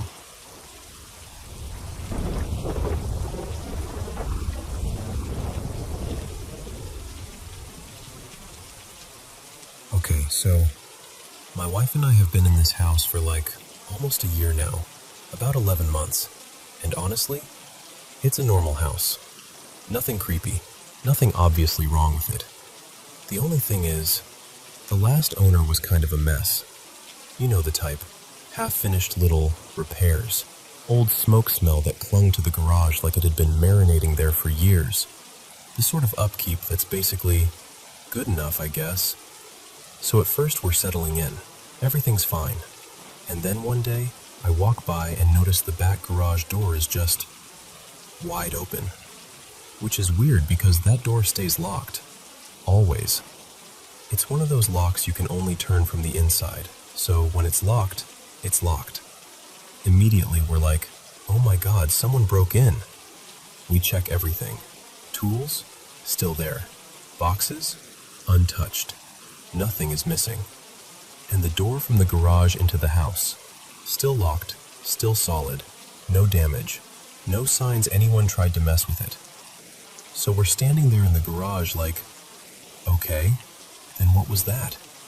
And then it happens again. Not every day, not even every week, but often enough that it starts to feel like this annoying little glitch in reality. We'd go out, find the back garage door open, and every single time we'd do the same routine. Inspect the lock, check the frame, test it, shove our shoulders against it, slam it a few times just to make sure it catches. Locked. Still locked. We even joked about it like, wow, guess the house is just dramatic. Or, maybe we've got a secret ghost who needs fresh air. But tonight is the first time I felt that cold, prickly feeling in my chest that makes you stop laughing. Because I recently had surgery, pretty major, and they sent me home with pain meds. Hydrocodone. Nothing fancy, just the kind you keep on the nightstand so you don't have to stumble around at 3 a.m. half awake. I had a little bottle beside the bed. I know I did. And I know there were around a dozen left, because I'd stopped taking them the last couple days. I was trying to tough it out. So earlier, my wife, Mara, goes to hand me one because I'm hurting, and she pauses, staring into the bottle, and she goes, "Have you been taking these?" And I'm like, "No, why?" And she just looks up at me, eyes all narrowed, totally serious, and says, "Because there are only 3 left." 3. That was the moment my brain did that thing where it tries to be logical, but it's also doing math at the same time and getting more and more panicked. Because I didn't take them. I know I didn't. And Mara didn't take them. She doesn't touch that stuff. She's the kind of person who won't even take a Tylenol unless she's basically dying. So we're standing in the bedroom doing this quiet inventory of reality, and right as we're trying to make it make sense, she says, "Also, the back garage door was open again today." And it's like the two things click together in the worst way. Because here's the other part. There's an attic access panel in the garage, and there's another one in the hallway near our bedroom. And I've joked for months, like, haha, spooky show voice. What if someone lives up there? You know, because we watch those insane documentaries where somebody's secretly squatting in a crawl space and stealing food and watching the family sleep. It was always a joke, until it wasn't. So now I'm replaying everything in my head. All the times we found that door open, how it always seemed locked, how we'd slam it and double check it and swear to each other it couldn't be the wind, how nothing looked out of place, but also how we weren't exactly looking for subtle things, because why would we? And now I'm sitting here thinking, or something about that door isn't what we think it is. And then there are my missing pills, and I keep going back to this one thought that I don't even want to say out loud, because it makes me feel ridiculous and scared at the same time. What if someone has been here the whole time, and we just haven't noticed? Because there is no good reason for medication to disappear. None. And there is no good reason for a locked door to be open. So yeah, that's where I'm at, trying to decide if I'm spiraling or if something is genuinely, seriously wrong.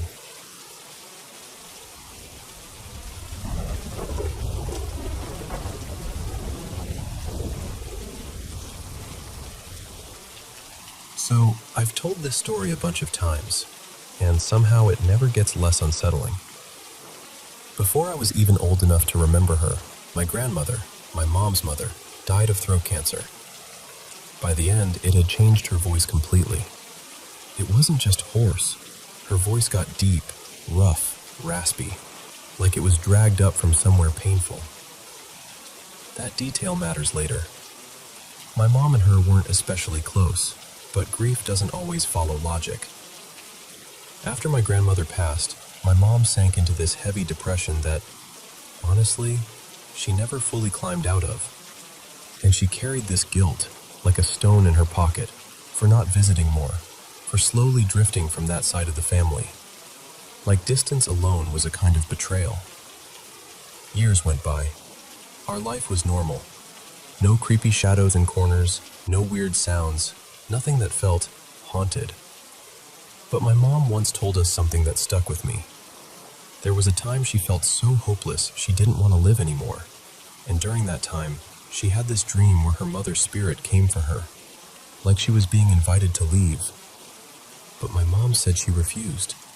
She told her, "No, I have kids. I'm staying."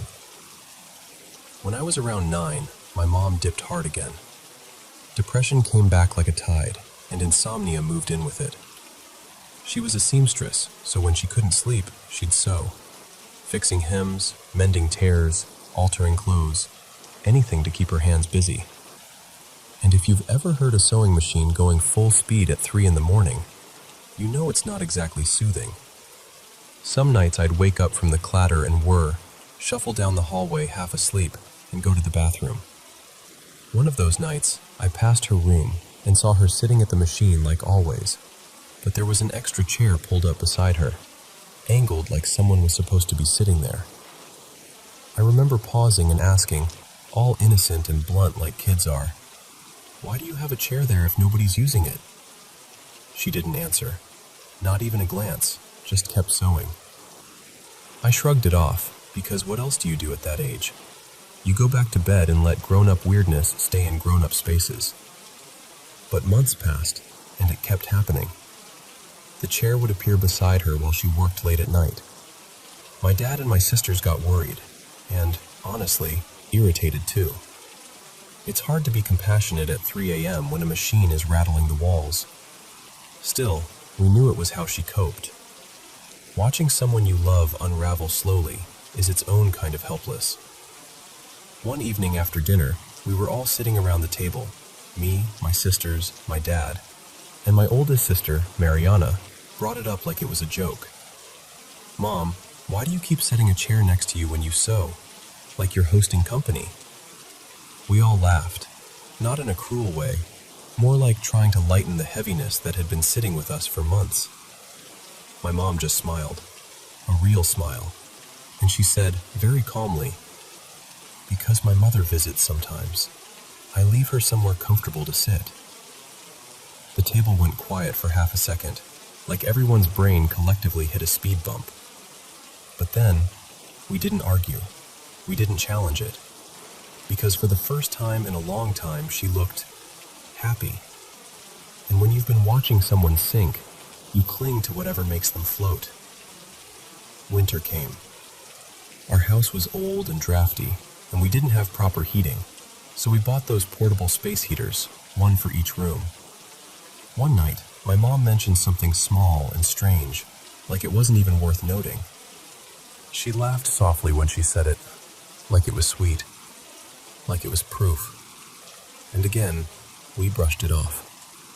We were all walking around on emotional tiptoe, and nobody wanted to be the one to say, "That's not comforting. That's terrifying." Then came the phone call. I'll never forget it, because it didn't feel like a story while it was happening. It felt like the air in the house changed permanently. My mom came stumbling out of her room, crying so hard she couldn't breathe right, like she'd been punched in the chest. She was hyperventilating, shaking, one hand pressed to her mouth like she was trying to keep something inside her from spilling out. We rushed to her, me, Mariana, my other sister Lucia, my dad, all talking at once. "What happened? Are you okay? What's wrong?" And she finally gasped out that the phone rang, and she answered. But nobody spoke. Just silence. Then she heard breathing. Slow, strained, wet sounding, like the person on the other end was fighting for air. And then the breathing shifted into this deep, rasping sound that made my stomach turn, because it sounded exactly like how my grandmother's breathing and voice had been described when she was close to dying. And then, my mom heard her voice, her real voice, calling her name. Rosa, Rosa, Rosa, over and over. My mom said her whole body lit up with relief at first, like finally, after all these years, after all those lonely nights, her mother was really there. And I could see it in her face while she told us, this desperate, aching joy mixed with disbelief. But then she said the voice changed. It dropped lower, too low. The rhythm got wrong, like it wasn't speaking anymore. It was performing something. The warmth drained out of it, and it turned heavy, dark, almost guttural. And then it got loud. Not just loud like yelling, loud like something trying to push through the phone line, like it wanted to be in the room. And that's when my mom realized, in a flash of cold terror, that this wasn't her mother. Whatever it was had been wearing her mother's voice like a mask. She panicked, hung up, and ran out to us. And what broke me, even as a kid, wasn't just that she was scared. It was the heartbreak. Because you could see the moment she understood she'd been tricked. Like someone had offered her comfort with one hand and then pulled out a knife with the other. I've never seen a face hold grief and fear at the same time like that. It was raw. A week later, my sisters, who were not religious, not spiritual, not the type to do rituals, came home with a Bible and a bundle of something to burn. Not Palo Santo this time, some kind of cleansing herb they'd found at a botanica shop. It smelled sharp and earthy, and it smoked like crazy. They walked through every room reciting passages, half-remembered prayers, bits they looked up, things they'd heard from older renters. The smoke crawled along the ceiling and pooled in corners like fog. My dad stood there with this expression like, I cannot believe this is my life. My mom barely participated. She was quiet, exhausted, almost ashamed. And me? I just watched. Too young to fully understand, old enough to feel that something was seriously wrong. The next night, after dinner, we were all in the living room watching some trashy reality show. Something loud and stupid, the kind of thing you put on to drown out your own thoughts. It was winter. All the windows were shut. I remember that clearly because Lucia had made me get up earlier and check my bedroom window twice. Then we felt it. A rush of wind, right through the room, like someone had opened a door directly into our faces. We all turned at the same time, confused because nothing was open. And that's when we saw it. Not a person, not a shape like in movies, more like a smear of shadow, soft-edged, almost like smoke that refused to be smoke. It drifted from the dining area into the living room, fast, purposeful. It didn't hesitate. It moved like it knew exactly where it was going. It reached the back door, and the door swung open. Then, in the next instant, the gate at the end of the yard yanked open too, like it was nothing, like it weighed as much as a curtain. The shadow slipped out. And then the wind slammed everything shut, door first, then the gate, with this sharp, violent finality that made all of us flinch. Nobody spoke for a second. My sisters were shaking. My dad just stared like his brain couldn't file what he'd just seen. My mom looked pale, hollow, like she'd been proven right in the worst possible way. And me? I felt confused and weirdly fascinated. Because at that age, you don't have a category for it. You just know something impossible happened in your living room, and every adult you trust looks just as lost as you feel. It was only later, when I got older, that I understood the shape of it. Something had been in our house. Something had noticed my mother's grief and guilt and loneliness, and it used her mother's voice, the exact voice her cancer had stolen and twisted, to get close. To get invited in, to be given a chair, warmth, space. And every time I tell this story now, it hits me fresh at the end. We weren't living with a ghost story. We were living with something that lied to our faces, and we all saw it.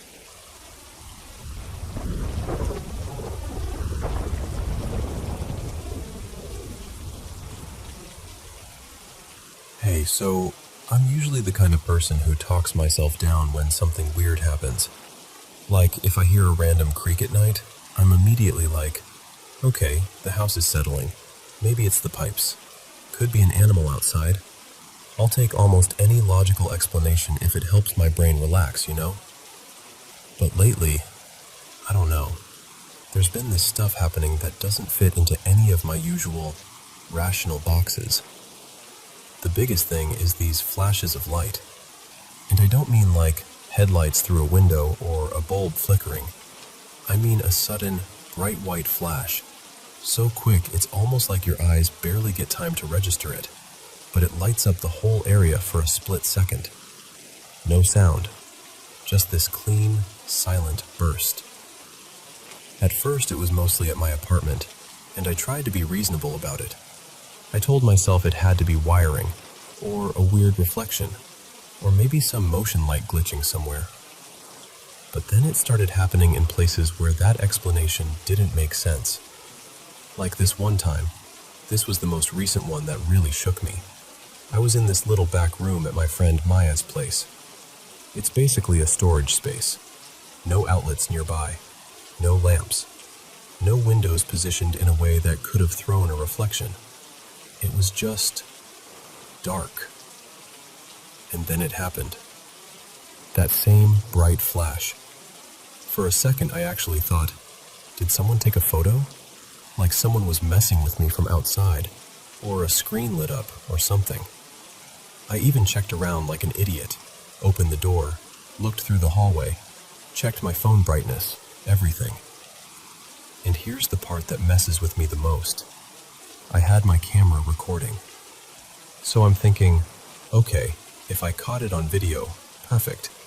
That means there's a real source and I can figure it out. Except, the flash doesn't show up on the footage.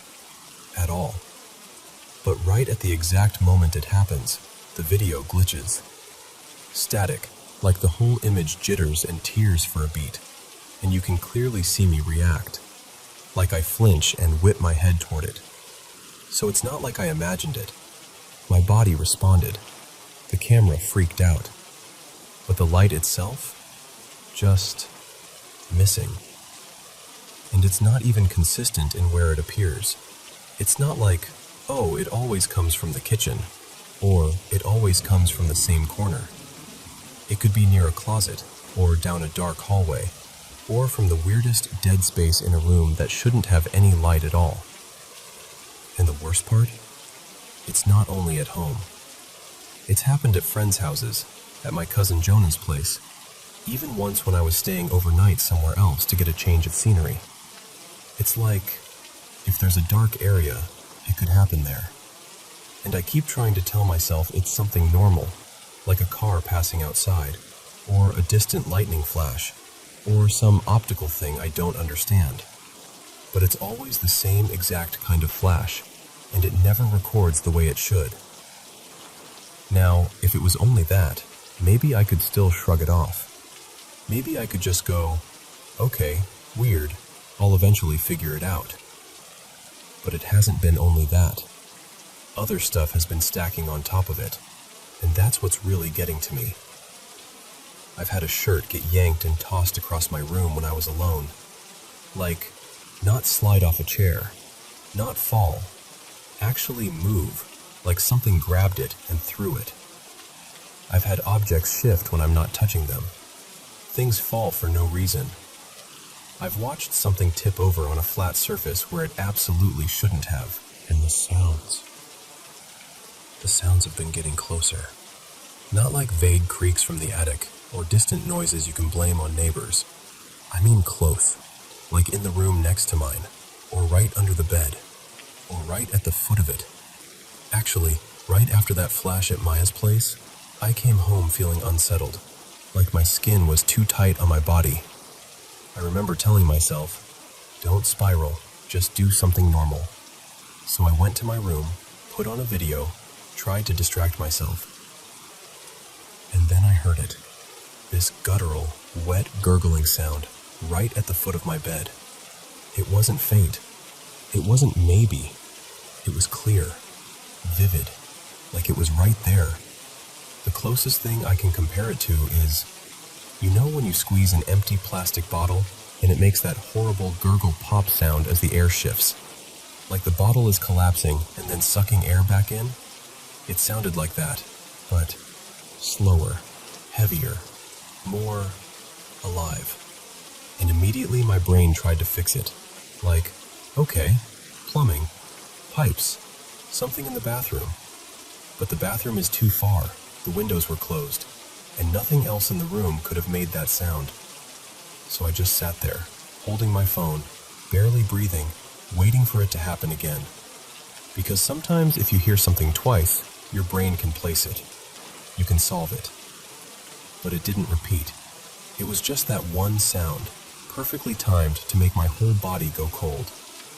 And now I'm at this point where I don't know what to do with myself, because it's starting to change how I live. I'm scared to walk around my own place at night. I'm scared to turn the lights off. I'm scared to fall asleep, because sleeping is when things get even worse. I've always had nightmares. That's not new for me. Nightmares are so normal in my life that I'm used to them. Usually they're just dreams that happen to be dark, and I can wake myself up if I need to. And even when they're scary, they're not that deep, primal fear. They're just bad dreams. But the recent ones, they're different. They feel real in a way I can't explain, like I'm trapped in them, like I can't force myself awake. And the fear is pure, like the kind of fear that makes your chest hurt. And they're always some version of the same themes. Shadowy figures, something watching me, someone not being themselves, people acting wrong, like possessed or empty. It's always that kind of vibe. And what's frustrating is, I'm not even someone who's into paranormal stuff. I'm not the burned sage person. I'm not the crystals and holy water person. I've never been the type to jump straight to ghosts. I've always felt like, sure, there are probably things we don't understand, but I'm not out here trying to make everything supernatural. I try really hard to stay grounded, to assess, to be logical. But when you have a flash of light that doesn't show up on camera, plus objects moving, plus the bed shifting, plus sounds that feel way too close, plus nightmares that suddenly turn into full-body terror, it starts to feel like your mind is losing its grip. And honestly, I think that's why I'm talking about it at all. I don't even know what I want. I think I want reassurance. Like, yeah, this can happen, and it has an explanation. Or even just someone saying, you're not alone. I've had something like that, and here's how I dealt with it. Because right now, I'm stuck in this awful middle space where I don't want to believe it's something paranormal, but I also can't keep pretending it's nothing. So, if you've ever experienced anything like this, especially the flashes, how do you look at it without spiraling? How do you live normally when your own senses feel like they're betraying you? I'm just running out of places to put all of this.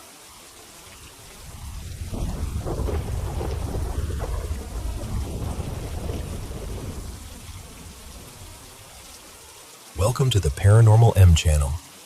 I'm finally sitting down to share my own paranormal experiences with you. Thanks so much for sending in your stories. Keep them coming. And don't forget to drop a comment telling me where you're watching from.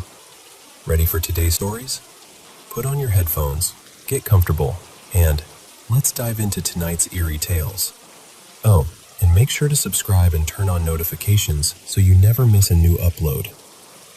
Alright? Let's begin. Alright. I've kept this to myself for a long time, and I'm only telling it now because it's been sitting in my head for years, like a stone I can't put down. This happened back in 2018, right around the time I was turning 19. I'm in my mid-20s now, and I still don't talk about it with anyone in my real life. Not because I'm trying to be mysterious, more because I know exactly how it would sound. People would either think I'm lying, or they'd look at me like I'd lost my mind. And I've always been the kind of person who hates being called a liar. Like, it genuinely gets under my skin. So I just don't bring it up. If someone asks me if I've ever had anything weird happen, I usually shrug and say, Nah, but the truth is, yeah, something happened. And before you picture me as some paranormal superfan, no, I'm not religious. I'm not out here chasing ghost stories or UFO stuff. I'd call myself skeptical, maybe mildly agnostic. I like explanations that make sense. I usually assume there's a normal reason for things, even if the normal reason is boring. This one never got a normal reason. So here's the setup. My mom, my little brother, and I went down to visit my grandparents near a small town in southern Missouri, out near the Ozarks. Not exactly the middle of nowhere, but the kind of place where neighbors can still mean a mile or two down a gravel road. My grandparents had this house tucked into the hills, and we were staying in a little camper a short walk from their place. One afternoon, a few hours before dusk, I decided to take their four-wheeler out. I'd ridden around the property before, but that day I wanted to go deeper, follow the trail that locals used for horses and ATVs. My grandpa told me, "You can't really get lost. It's basically one main route." So I filled it up, found the trail, and headed out. At first, it was perfect. Trees swaying, birds going nuts, insects buzzing. Just that living, breathing sound the woods have when everything's doing what it's supposed to do. I rode for a while, longer than I meant to. By the time I checked the gas, I was thinking, okay, I should turn around soon. But the trail was narrow, and I needed a wider patch to do a proper U-turn. So I kept going, scanning for a clearing. And then, it happened. All the sound stopped. Not faded, not quieted down. Stopped. Like someone hit a switch. No birds, no bugs, no wind in the leaves. Nothing. It was so silent it didn't feel natural. The only sound left was the four-wheeler's engine, and even that sounded wrong, like it didn't belong in the world anymore.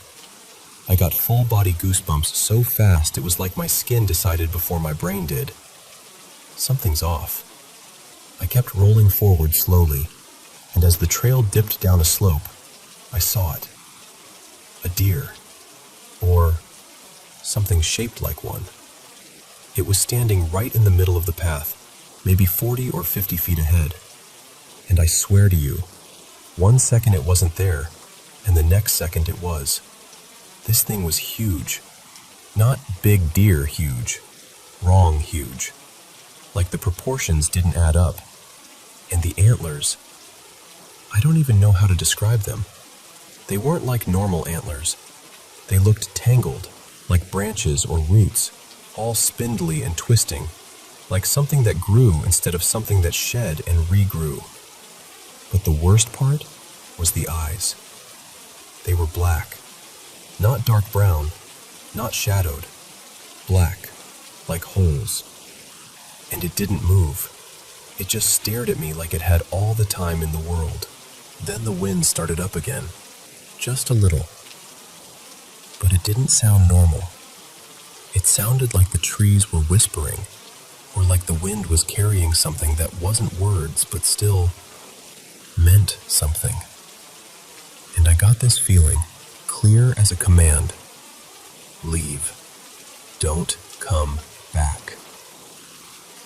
Nobody spoke. Nothing said it out loud, and was just pressed into me. You know that feeling when someone is furious at you in another language, and you don't understand the words, but you understand the message? It was like that, except it was the woods themselves telling me. And in that moment, I didn't care how crazy it sounded. I listened. I tried to turn the four-wheeler around right there on the narrow trail, and I almost dumped it. The edge dropped off into this nasty slope, and I remember the thought flashing through me. If you flip this thing, you're done. But I somehow whipped it around, slammed the throttle, and took off back the way I came. And the silence stayed. That dead, sealed silence. Like being inside a soundproof box, except I was flying through a forest that should have been roaring with life. I drove like an absolute maniac. Too fast for the turns, too fast for the drop-offs. I wasn't thinking about safety. I was thinking about distance. I just wanted to get away from that spot, away from those eyes. Then, about halfway back, maybe, I started seeing animals. Deer, birds, a raccoon. I even saw a bear once, which I'd never seen out there before. They weren't in my way. They were off to the sides, between the trees, maybe 15 or 20 feet back. And they were all doing the same thing. Watching me. Not moving, not making noise, just staring. Even the birds were quiet, sitting in branches like decorations, heads turning as I passed. I felt their gaze like heat on my back, like the woods had 1,000 eyes and they were all trained on me at once. And then things got even weirder. I started passing places I didn't recognize. The trail was supposed to be one straight route, no turnoffs, no side paths. But suddenly the trees looked different, thicker, older, moss hanging off them. The ground looked darker. I saw this one massive tree, covered in moss like it belonged in a fantasy movie, and I remember thinking, there's no way I wouldn't have noticed that on the way in. Even my tire tracks were gone in places, like the earth had smoothed itself back over. I had this cold panic rising in my stomach, like, did I somehow leave the trail? Did I miss something? But it didn't make sense. I couldn't have. So I just kept going. I refused to stop. I refused to turn around. I didn't want to give the woods a single extra second of me. And then, just as suddenly as it changed, the trail looked normal again. The familiar trees came back. My tracks reappeared. The world snapped back into the version I recognized, and I don't know how else to say it except it felt like I'd been pushed through a place I wasn't meant to be, and then allowed back out. Not long after that, the wind returned, and it had that same strange, almost language sound. But this time it felt different. Less warning, more like encouragement. Like, yes, keep going, you're doing the right thing. I finally reached the trail entrance where it met the road in a big Y shape. The branch I'd taken was on the right. Another trail went left, and the bottom of the Y led back toward my grandparents' place. I pulled out onto the shoulder of the road and, I swear, the silence slammed back down again. I turned my head toward the entrance. The same animal, standing just inside the trees. Only this time it moved, stomping one hoof, tossing its head like a horse, antlers shifting like a living crown of twisted wood. And again I got that message, heavy and unmistakable. Don't come back. Then it stepped into the trees and vanished behind them. A few seconds later, like someone released the world, the birds started singing again. Bugs buzzed, leaves rustled. Normal sound rushed back in so fast it almost made me dizzy. I sat there shaking, staring at the trail like it was a doorway I'd barely escaped. On the ride back to my grandparents' place, I passed a local guy on one of those utility ATVs.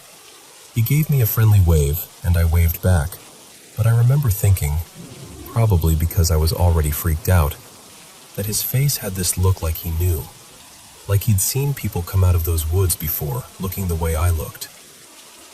Maybe that part was just my imagination trying to make sense of things. But everything else? I don't know. I've tried to explain it away. Hallucination, panic, some weird atmospheric thing, an overactive brain plus an unusually big deer. Except, it didn't feel like danger. That's what messes with me most. I was scared out of my mind. but I never felt like it wanted to hurt me. It felt like it wanted me gone, like I'd wandered somewhere I had no business being, and whatever that was, it was pushing me back towards safety. Even now, in my nightmares, it's not attacking me. It's just there, watching. Sometimes it even feels like it's leading me out of the dream, like some terrifying shepherd pulling me away from a place I shouldn't be. So, yeah, that's why I don't go back. Not there. Not deep into mountains like that. Call it superstition if you want. Call it paranoia. I can live with that. All I know is I saw something on that trail, and the woods went silent around it like the world was holding its breath. And whatever it was, it didn't want me there.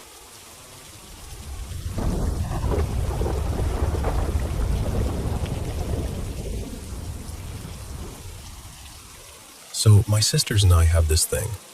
We like to travel, but not in the cute cafes and matching outfits kind of way. We're the type who'll drive hours out of the way just to spend the night somewhere with a reputation. Somewhere people whisper about. Somewhere with a story. A while back, we booked a stay at this beautiful old Victorian bed and breakfast in Detroit. It was called the Hawthorne House on Ferry Street. And honestly, it was gorgeous. Not tacky, not theatrical, not the kind of place that tries too hard with fake cobwebs or creepy mannequins in the hallway. It was elegant. The kind of old building where the silence feels expensive. And also, if you're being real, the kind where you can't help wondering how many people have walked those same stairs over the last 100 years. This was early in our haunted travel era, so we didn't have any equipment. No EMF readers, no spirit box, nothing.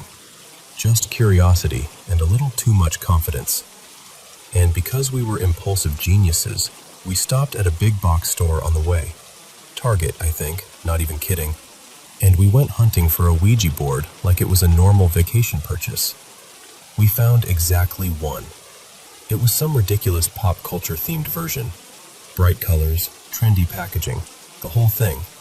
And we actually laughed in the aisle like, yeah, okay, this is definitely going to do absolutely nothing. Still, we bought it. And here's the part that gets me. Out of all the weird places we've stayed since then, all the creepy tours, all the "did you hear that" moments, this is the only time we ever got anything that felt like real activity on a Ouija board. Before I tell you what happened, there's something important you need to know. My sister Marisol had lost a friend just a couple months before this trip. Her friend's name was Tessa, and the loss was still raw. Like fresh wound raw. And the three of us had actually agreed on a rule. We wouldn't try to contact anyone we knew personally. Not out of fear, more out of respect. Because if it did work, that could mess with you. It could wreck you. So when we sat down that night in the room, low lamps, antique furniture, the whole vibe, we promised each other we'd keep it light. We'd ask general questions, nothing personal. We put our fingertips on the planchette, half laughing, half waiting. And then it started moving. Not dramatically at first, just a slow drift, like someone easing into the conversation. We asked, "Is anyone here with us?" Yes. We asked a few more, basic stuff, and the planchette kept answering, steady, deliberate. Then Marisol, without really meaning to, asked something like, "Who are you?" And the board started spelling. K-D. Just those two letters. And I swear to you, the air in the room changed. Because Tessa, Marisol's friend, used those exact initials online. She'd sign her posts that way. She'd even had it in her handles sometimes. It wasn't a coincidence that could be shrugged off as, oh, it's a common thing. It was her thing. Marisol and I just looked at each other, frozen. That kind of look where neither of you wants to be the one to say it out loud, because saying it makes it real. And here's what makes it heavier. Tessa had been sick. She'd needed a transplant, waiting, hoping, begging the universe for time. She posted videos, updates, pleas. You could feel how badly she wanted to live, not in a dramatic way, but in a human way. She wanted more mornings, more normal days, more time with the people she loved, and she never got it. While all this is happening, Marisol starts complaining her head hurts. Not a little headache, like pounding. She kept rubbing her temples, blinking hard. Then I noticed her eyes, watering. Not crying, not emotional, just leaking, like her body was reacting to something her mind hadn't caught up with yet. She looked almost startled by her own face, like she didn't recognize what was happening to her. And I hate admitting this, but we didn't stop right away. We should have. But you know how it is when you're in it. You tell yourself, just one more question, just a little longer.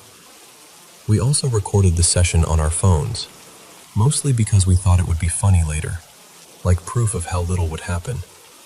At one point, my phone glitched, froze up, stuttered. The recording acted weird. Nothing that would convince a skeptic, but enough that I remember it clearly because it felt off in the moment. Then the next day, we're checking the videos, and Marisol goes quiet. She's staring at her screen like it's not making sense. I'm like, what? And she says, really flat, someone watched my clips. I'm thinking, okay, sure, maybe one of her friends, maybe someone random. But then she tilts the phone toward me. And there it is, listed as a viewer on the story. Tessa. Not a repost, not an old interaction, not some memory notification. It was showing her name as having viewed the Ouija videos. Marisol was shaking. She kept repeating, that hasn't happened, not once. She told me that since Tessa died, her name had never shown up watching anything. No views, no activity, nothing. And suddenly, on the one set of clips where we'd asked the board who was there she was, watching. Now, could there be an explanation? Maybe. Some weird app cache thing, some delayed view, a glitch in the way stories update. I get that. But still, the timing of it, the initials, the headache, the watery eyes, the way the room felt heavier the longer we kept our fingers on that planchette. And the part I can't shake is this. If there's any kind of after, any thread that lets a person tug on the living world, wouldn't it be someone like her? Someone who fought so hard to stay. Someone who didn't want to go.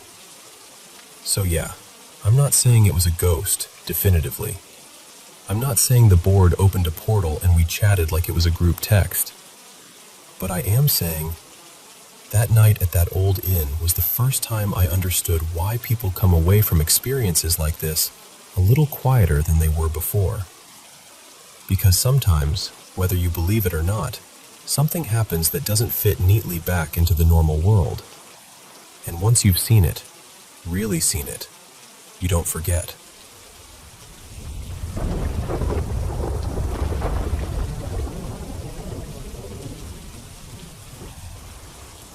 So this happened in Carolina, Puerto Rico, back in late summer, a few months ago. And I'm putting sighting in air quotes right from the jump, because I honestly don't know if I caught something real or if my brain just decided to get creative.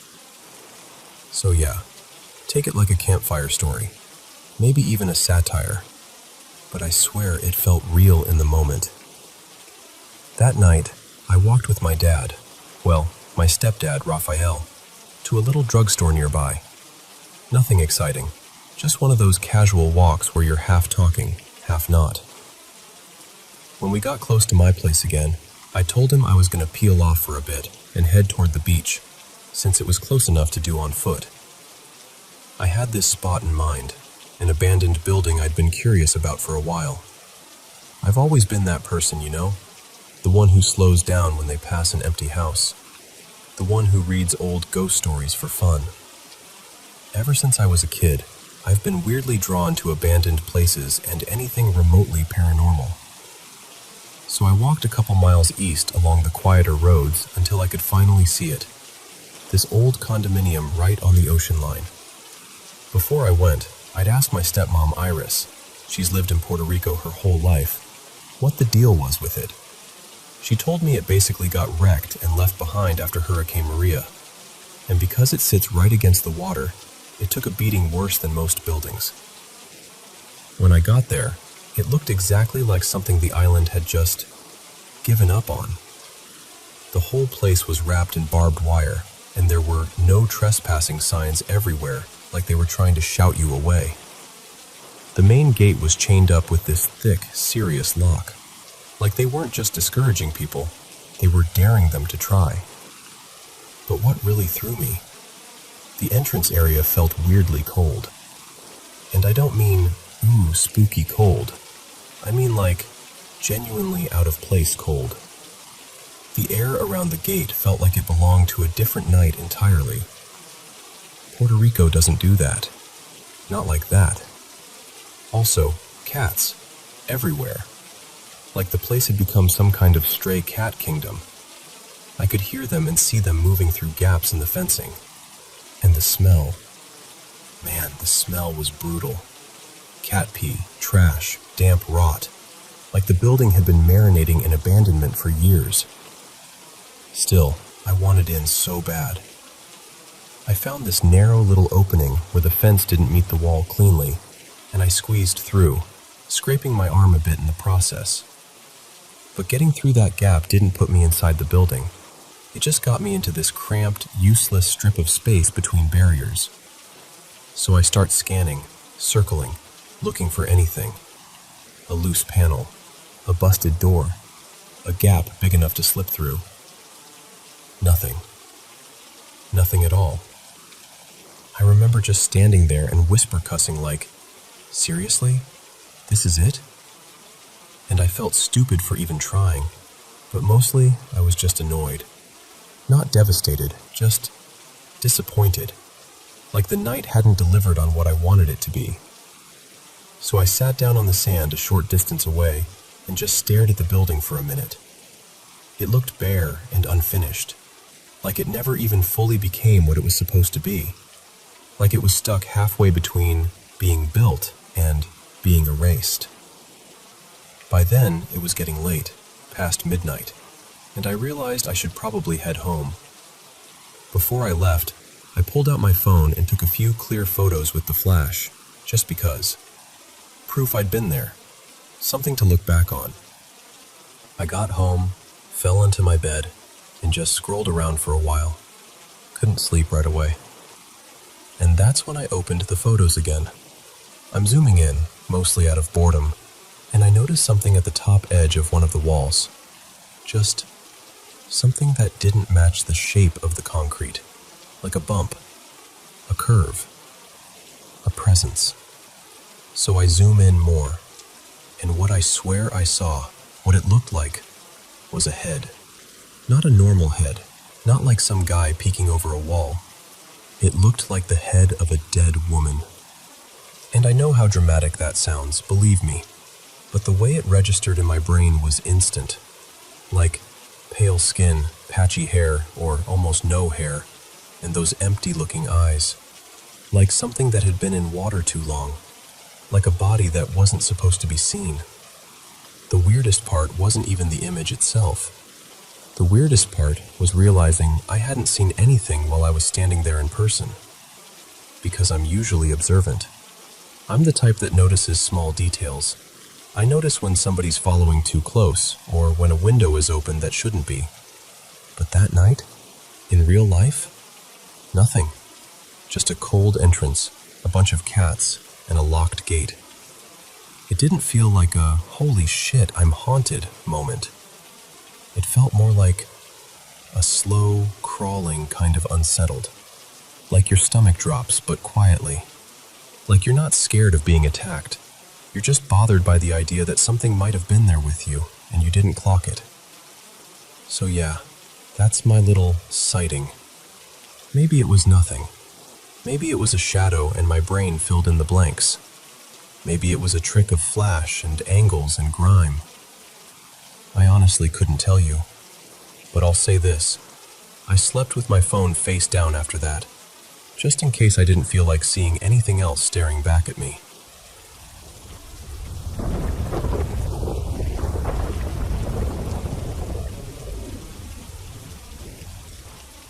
So, last fall, my partner Evan and I were tucked away in this quiet little cabin outside Red River Gorge in Kentucky. One of those places where the trees feel like they go on forever, and the night sky is so sharp it almost looks fake. We couldn't sleep, so we grabbed a blanket and went out to stargaze.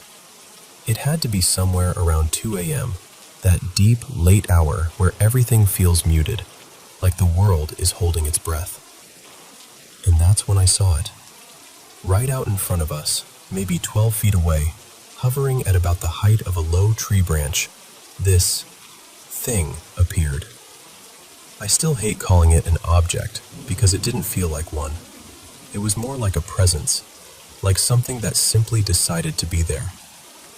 It looked like a glowing orb, about the size of a basketball, maybe a little bigger.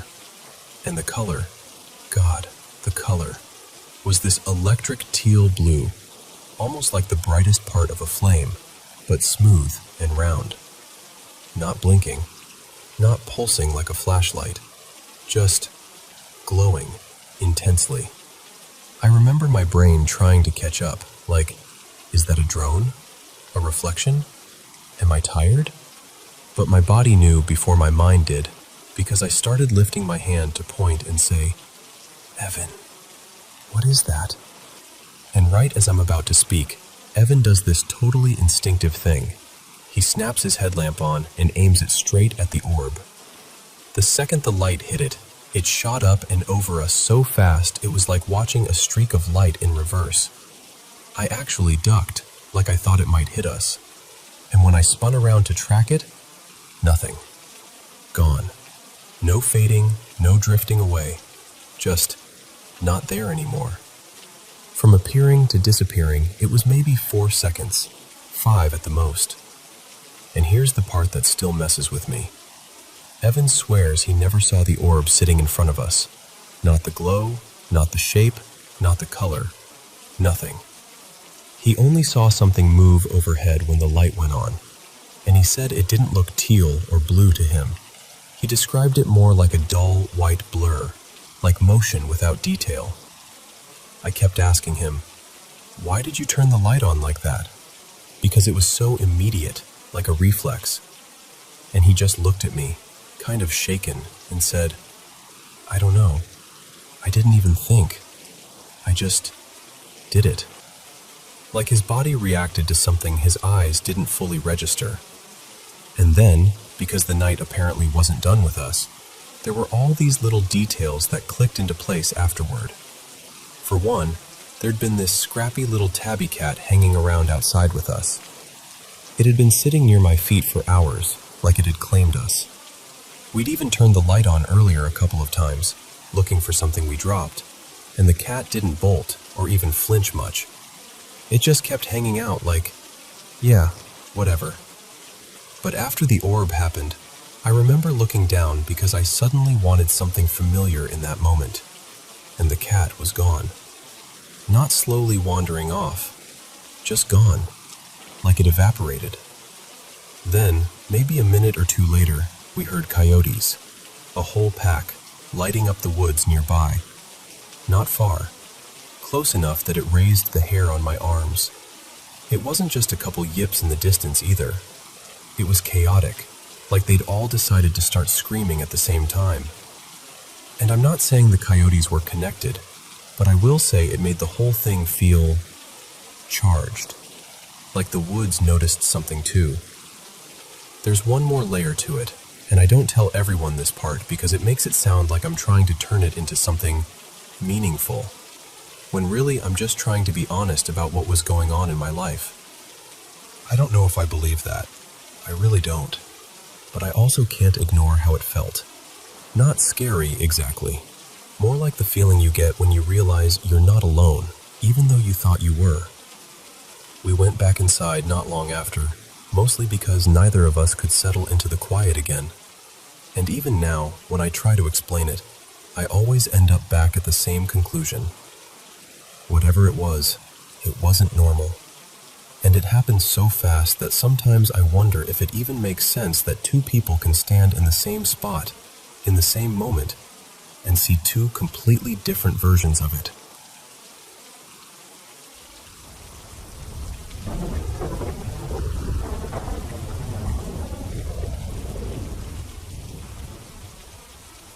Okay, so picture this. My roommate Maya and I have been house hunting for weeks, right? Just scrolling and scrolling until everything starts to blur together. And then there's this one listing that kept popping up, like it had a grudge. Every time we opened the app, boom, there it was again. Same photos, same two perfect angles, like it was insisting. Neither of us even loved it, not really. We both had that quiet little, something's weird feeling about it. But eventually we're like, fine, we'll just tour it and get it out of our system. So we meet our realtor, Evan, and pull up to the place. Outside, it's honestly kind of sad.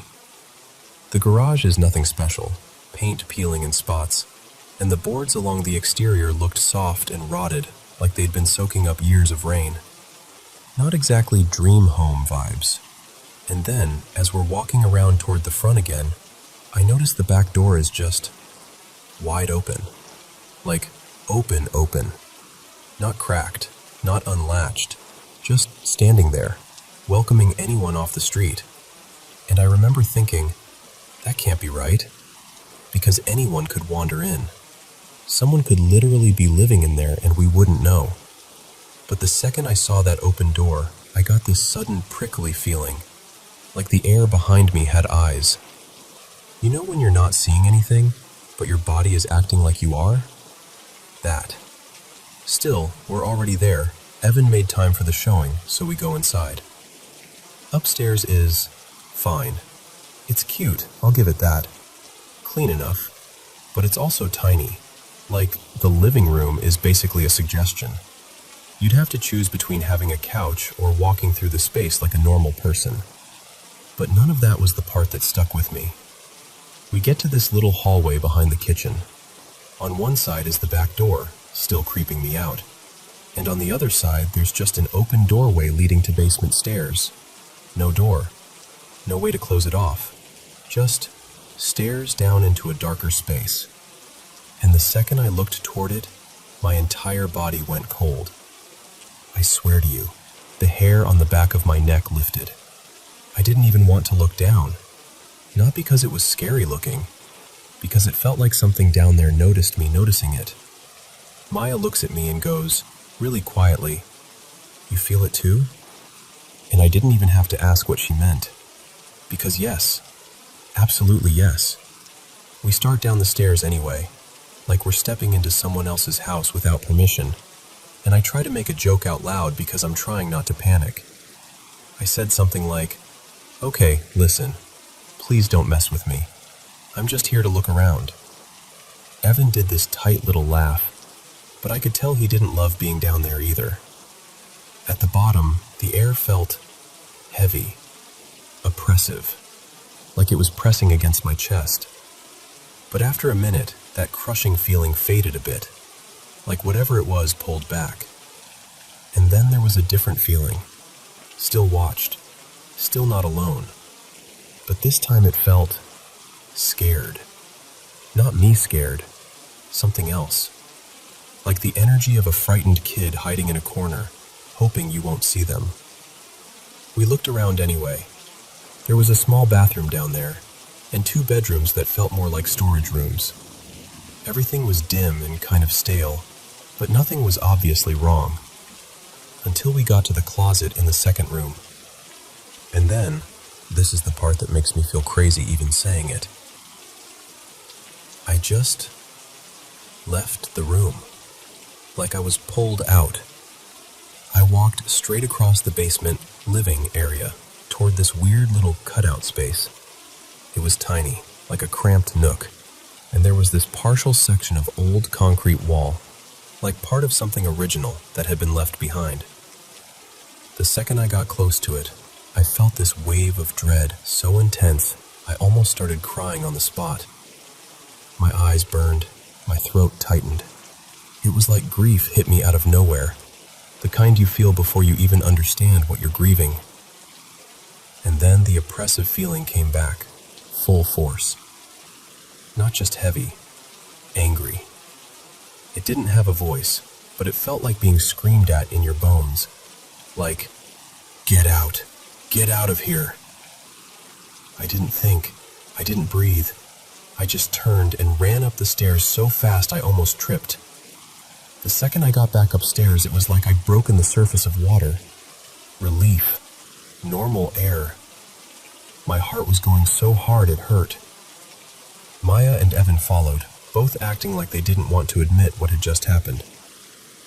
We even went up to this little loft area near the attic, and weirdly, it felt comfortable up there. Almost cozy. Like, if the rest of the house felt off, that space didn't. It felt safe. But then we turned to go back down. Maya flipped the light switch to turn the loft lights off, and they flickered. Then everything went dark, except the single bulb right above her. She flipped the switch back on. Nothing changed. Flipped it off again. Still nothing. That one light stayed on like it was glued to her. We went back down to the main floor, and Evan asked what we thought, doing his best real estate professional voice. But Maya wouldn't stop glancing toward the basement hallway, like she was waiting for something to come walking out. We got outside and didn't even need to discuss it. We were done. Hard no. In the car, once the doors shut and it was just us, I asked Maya if she was okay. She stared straight ahead and said, "It followed us after the basement, like all through the house, like it didn't want us to forget it was there." And then she hit me with this, super casually, like she was talking about the weather. Apparently, when I walked away from the closet and went toward that concrete wall, I'd whispered, "Don't worry, I'll find you." I do not remember saying that, not even a little. And here's where it gets worse. Ever since that tour, I've been having nightmares. Not once in a while, almost every night. I'm trapped in that corner by the concrete. It's pitch black. I can't move. I'm screaming until my throat feels shredded, and it never stops. The screaming doesn't even feel like it's coming from me. It's like I'm inside someone else's terror. And there's pain, like deep, wrong pain. Like something happened there that shouldn't have happened to anyone. I wake up shaking, and the feeling clings to me for hours.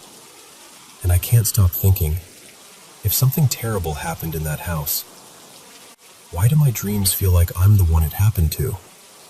Why does it feel so personal, like I'm remembering something that isn't mine?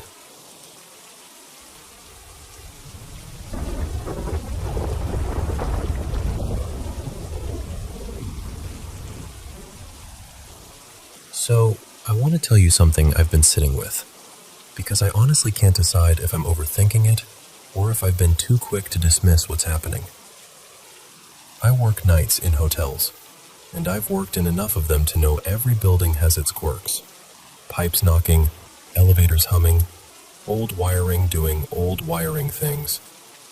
Normally, I'm the first person to roll my eyes at a "this place is haunted" comment, but lately, it's been harder to keep that stance.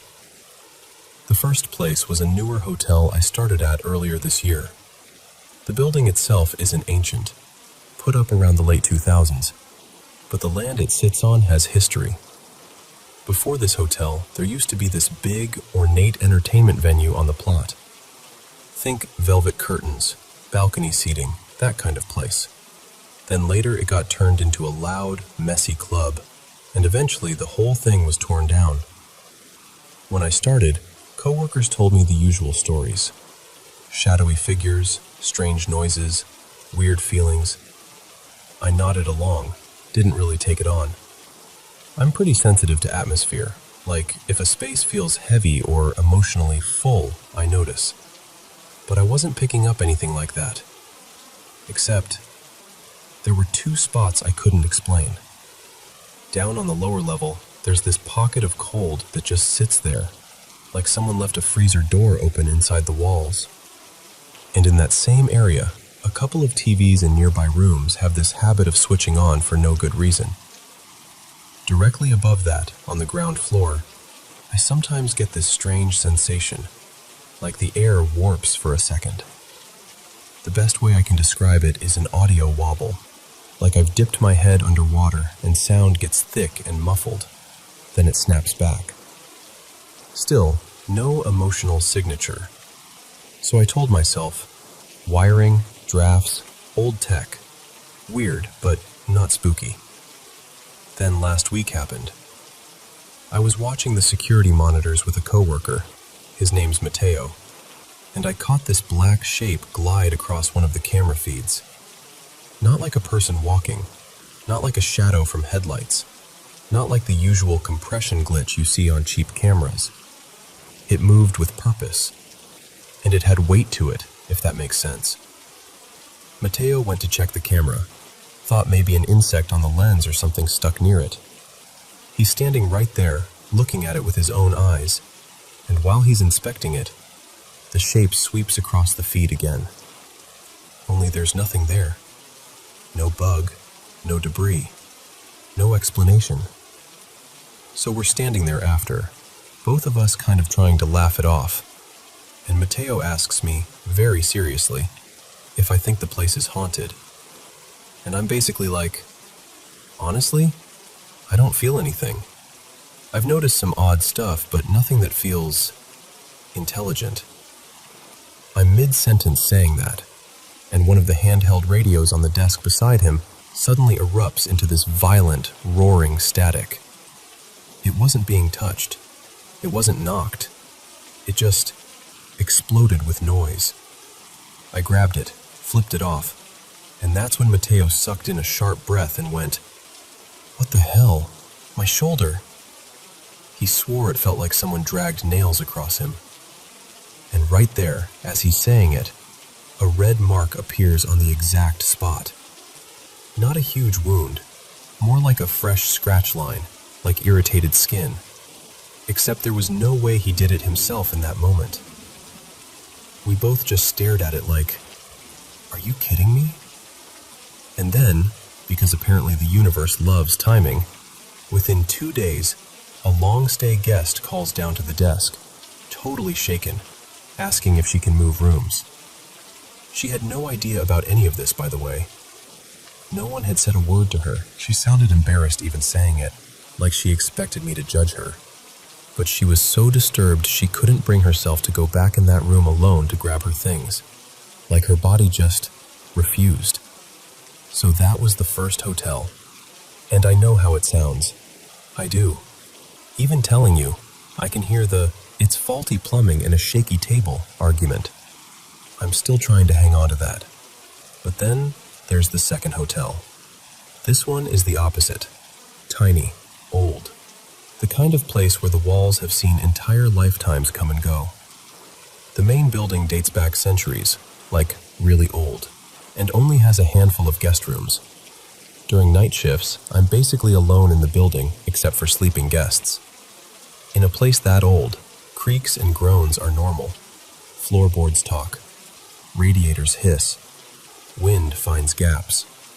Usually, I'm great at filing all that into the old building category. But one night, during a 2 a.m. security walk, I was down in the basement corridors. Narrow halls, stone walls, that slightly damp smell. And as I passed one section, I felt something grip my wrist. Not a brush, not a chill, a grip. Like the exact sensation of a hand catching you to stop you walking away. I froze, pulled my arm back, and there was nothing there. And I remember standing still for a second, feeling my skin crawl. And then I did something I've never really done seriously before. I spoke out loud, not aggressively, just firmly. I said something like, "No, you don't get to do that. I'm not okay with you touching me." And I left it at that. After that, the building stayed weird, but manageable. Cold spots in certain rooms. One function room upstairs that I avoided because it made me feel watched the second I stepped inside. the occasional whisper-like sound when no one was nearby, little movements in the corner of my vision. Unpleasant, but not panic-inducing. Until Sunday night. I was sitting in the foyer doing emails, just quietly existing, when around 12:30 a.m. I heard, and felt, a heavy thud from upstairs where the function rooms are. It was the kind of sound that hits your chest, like something substantial dropped or slammed. And the moment it happened, everything started failing at once. The phones lost power. The internet died. The whole place went weirdly still, like it was holding its breath. I went upstairs to check, and I found 3 chairs knocked over, stacked ones, tipped onto their sides. I can't swear they weren't already like that, but the timing made my stomach twist. And while I was standing there, I got this wave of dread so sharp it felt chemical. Goosebumps, tight throat, that instinctive "leave now" signal. I checked the main circuit breakers. Nothing had tripped. So I went down to the basement because I could hear this emergency tone coming from the server room, like a warning beep, urgent and insistent. And when I got in there, I found the problem. The breaker for the server room had blown. Not tripped, blown. It was on its own isolated system, separate from the rest of the building's electrics, and it wouldn't reset. Dead. Fried. And from that point on, the whole night felt wrong. Not old building wrong. Something else. There were sounds of movement that didn't match settling wood or pipes. It felt like the air was pressing in on me. Being inside made me nauseous. I spent most of my shift standing at the open front doors, half inside, half out, because the moment I stepped fully into the building, my body reacted like I was somewhere I shouldn't be. Like my skin was rejecting the space. So I went down there, because I had to go inside anyway to do the early morning stuff, and I held up my phone to take the picture. And my camera suddenly switched into macro mode automatically. Now, if you've ever used a phone that does that, you know it only kicks in when the camera thinks something is extremely close to the lens. Like you're inches away from an object. But there was nothing near it. Nothing. Empty corridor. Clear view. Just the macro settings snapping on, like my phone detected something right in front of it that I couldn't see. That was the final straw for me. I finished what I absolutely had to, and the second I could leave, I left. And I'm not going to lie to you. I'm hesitant about going back. Because here's the thing. I'm not looking for ghosts. I'm not chasing a story. If anything, I've been trying hard to explain it all away. But when you've got 2 separate places, 2 separate sets of incidents, and your body is reacting before your brain can even make excuses, it starts to feel less like coincidence. So yeah, that's where I'm at.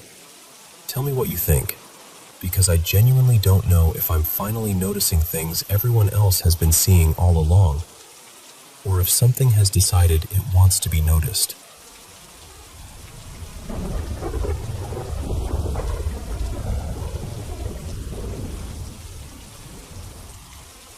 Okay, so I've had a lot of weird experiences in my life, but this one still sits in my chest when I think about it.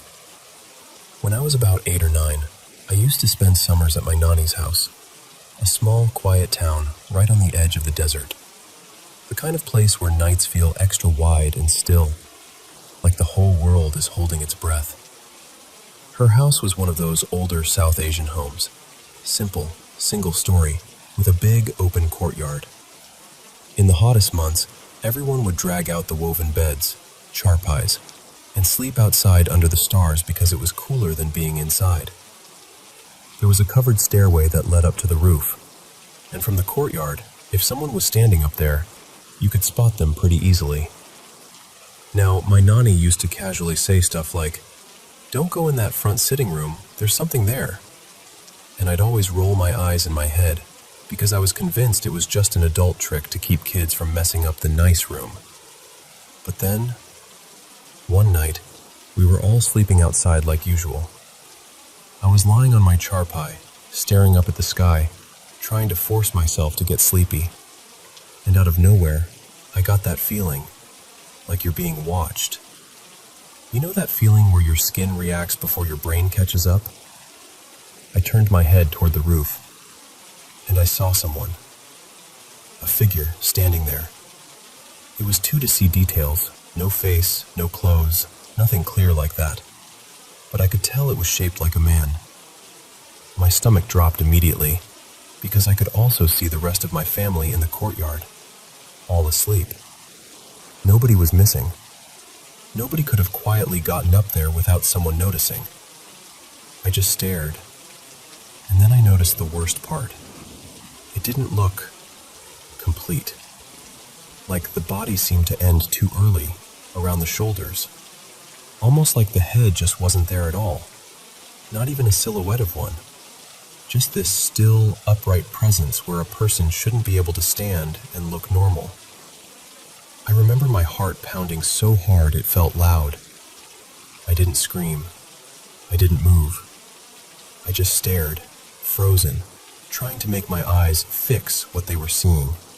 Like if I blinked enough, it would turn into something ordinary. It didn't. After what felt like forever, I got so uncomfortable I slowly rolled onto my side, facing the big front gate instead, like I could escape it just by not looking. And I started doing that kid thing where you bargain with reality. It's nothing. It's a shadow. It's your imagination. Just go to sleep. And somehow, I did. I didn't tell anyone the next day. Not my mom, not my cousins, nobody. I think part of me was scared they'd laugh, and part of me was scared they wouldn't. Years later, like way later, I found out I wasn't the only one. Almost everyone who stayed in that house had seen something at some point. And the detail that made my blood run cold, other people had noticed it too. That it was headless. I hadn't even known that was a thing until it came up in conversation one day, and I just sat there thinking, so I didn't imagine it.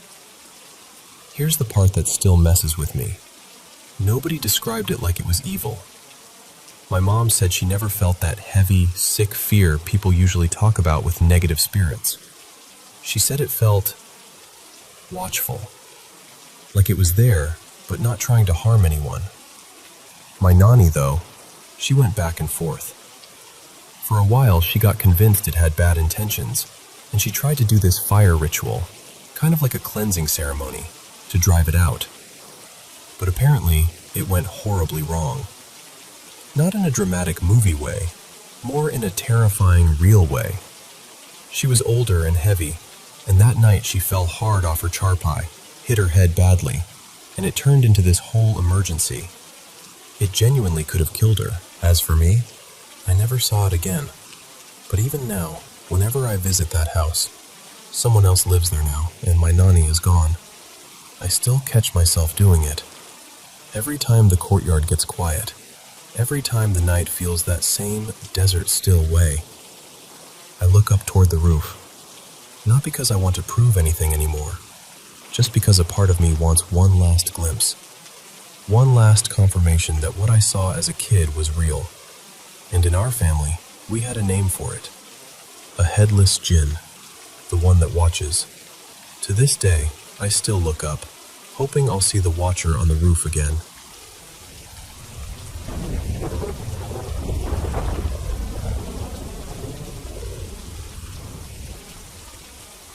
Hey, so there are a few things from when I was a kid that still sit heavy with me, even now. I'm in my late 20s, and I honestly don't know what to do with them. When I was little, I used to see stuff, weird stuff, sometimes scary stuff, and every time I tried to explain it, my mom, her name's Denise, would brush it off with the same line. You've just got a big imagination. After a while, I learned what got me comfort and what got me dismissed, so I stopped talking about it. But I didn't stop seeing it. I've always had this feeling, like there's another layer to reality that not everyone picks up on. And maybe when you're younger, it's louder. And then, as you get older, the volume turns down. For me, it never really did. I've had this constant sense of being watched, like something's tracking me. Sometimes I even wonder if something attached itself to me early on and never left. And the nightmares? Those have been there for as long as I can remember. I'd wake up sobbing, screaming, completely drenched in fear. The weird part is, I taught myself how to steer my dreams. Like, I could tell myself, this isn't real. I could change the scene, wake myself up, fight back. But every once in a while, I'd get stuck in one where I didn't realize it was a dream, and that's the worst feeling in the world. Like being trapped. Anyway, there were a lot of moments over the years, but a few stand out so clearly it's like they're stamped into me. One of the earliest ones happened when I was watching TV in my mom's bedroom. I was sprawled out on the carpet, just being a kid, and behind me in the corner she had this old, round, standing mirror. One of those heavy ones that feels like it belongs in another era. I don't know why, but I got this sudden urge to look back at it. Like something pulled my attention. And in the mirror, I saw a woman. She looked like my mom, but wrong. Like a drained, sick version of her. Her skin had this grayish tint. Her face was too sharp, cheekbones sticking out like they wanted to cut through her skin. Her eyes were sunken and dark, and her hair was short and messy, almost wet-looking, like she'd just been dragged out of someplace cold. She wore this thin white gown that hung off her like it didn't belong to her body. And she was staring straight at me. Not looking past me, not floating around the room. At me. Like she knew I'd turned around, like she'd been waiting for me to notice. My whole body went tight, like I couldn't breathe, and before I could even make a sound, my mom walked into the room. I snapped my head toward her. Relief, confusion, panic, all at once. And then I looked back at the mirror, and the woman was gone. Years later, my mom got a new dog. Sweet little thing, except for one detail. The dog absolutely hated that mirror. Like hated it. Barking, growling, backing away like it was cornered. Eventually, Denise started keeping the mirror covered because it would set the dog off so badly. That didn't make me feel better. It made me feel validated in the worst way. Because I saw that same woman again. This time, it was outside. I was older, and I remember looking out into the yard and seeing her hanging from a noose in one of the tall trees. Just there. Pale gown, thin body, that same wrongness. Like the image had been saved somewhere in the world and replayed for me. I still get a sick chill thinking about it. Then there was the thing in my room, and I saw hands appear at the top of the ladder. Just two hands, slowly curling over the bed rail like someone was climbing up. My brain tried to make it logical for half a second, like, Dad? Mom? One of my siblings? But the way it moved didn't feel human. It was too smooth, too deliberate, like it wanted me to watch. Then a head rose up. But it wasn't a normal head. The whole figure was black, solid black, like a shadow that forgot it needed a person to cast it. No facial features, no eyes, no mouth, nothing. And I still felt it looking at me. That's what scares me the most. When something has no face, but you know, deep in your bones, you've been seen. I remember blurting into the phone, "Maya, it's looking right at me." My voice sounded strange to even me, like it didn't belong in my throat. And then it was just gone. Years later, my youngest sister Talia moved into that room after I left for college, and one day, out of nowhere, she told me she used to see something too. The same shadowy thing, she said, squatting on top of a dresser in the corner like it was perched there, waiting. What messed me up is that neither of us had talked about it for years. We only brought it up recently, and when we realized we'd seen the same thing, we both just went quiet. Because what do you even say to that? Another one that still messes with me. Honestly, it's why I still get tense in showers sometimes. I was showering and there were two curtains. One was that clearish, foggy plastic that lets in light, and the other was thick and dark so you couldn't see through it at all. I'd pulled the dark curtain to the side because I liked the light coming in. It made me feel less closed in. And then, from behind where the dark curtain was bunched up, a hand reached out. Not a whole arm, just a hand, pressing against the clear curtain from the outside like it was testing it. Like it was checking how thin the barrier was between us. I froze for half a second. Then I panicked, punched the curtain, yanked it aside, stumbled out of the tub so fast I nearly fell. No one was there. The bathroom door was closed. The house was quiet. I checked behind the curtain like a maniac, even though there was nowhere a person could hide. But the feeling stayed, like I'd just caught something playing with me, and it didn't like being caught. And then there's this last kind of thing, less dramatic but almost creepier because it was so physical. I used to freeze on the basement stairs, or in the doorway of my bedroom. It wasn't like I heard anything or saw something. It was more like I'd hit an invisible wall, like my body just refused to go forward. Every nerve would light up screaming, "Don't go that way." So I'd turn around and wander somewhere else and try again later, like I could sneak around whatever it was. Of course, as a kid, that just got me yelled at, especially if I was supposed to take laundry down and I'd get stuck halfway and couldn't explain why without sounding ridiculous. And honestly, there were plenty of other things too. Footsteps when I was home alone. My name being whispered, soft, close, right by my ear. That feeling of someone standing behind me when nothing is there. Feeling brushed or touched when no one could possibly be near me. And it didn't only happen at my parents' house. It happened at relatives' houses, in hotels, in places I'd never been before. Like it wasn't tied to a building, which is the part that keeps me thinking. Because, what am I supposed to make of all this? I don't know. I genuinely don't. I just know those moments still feel too sharp to be nothing, and I'm tired of pretending they were.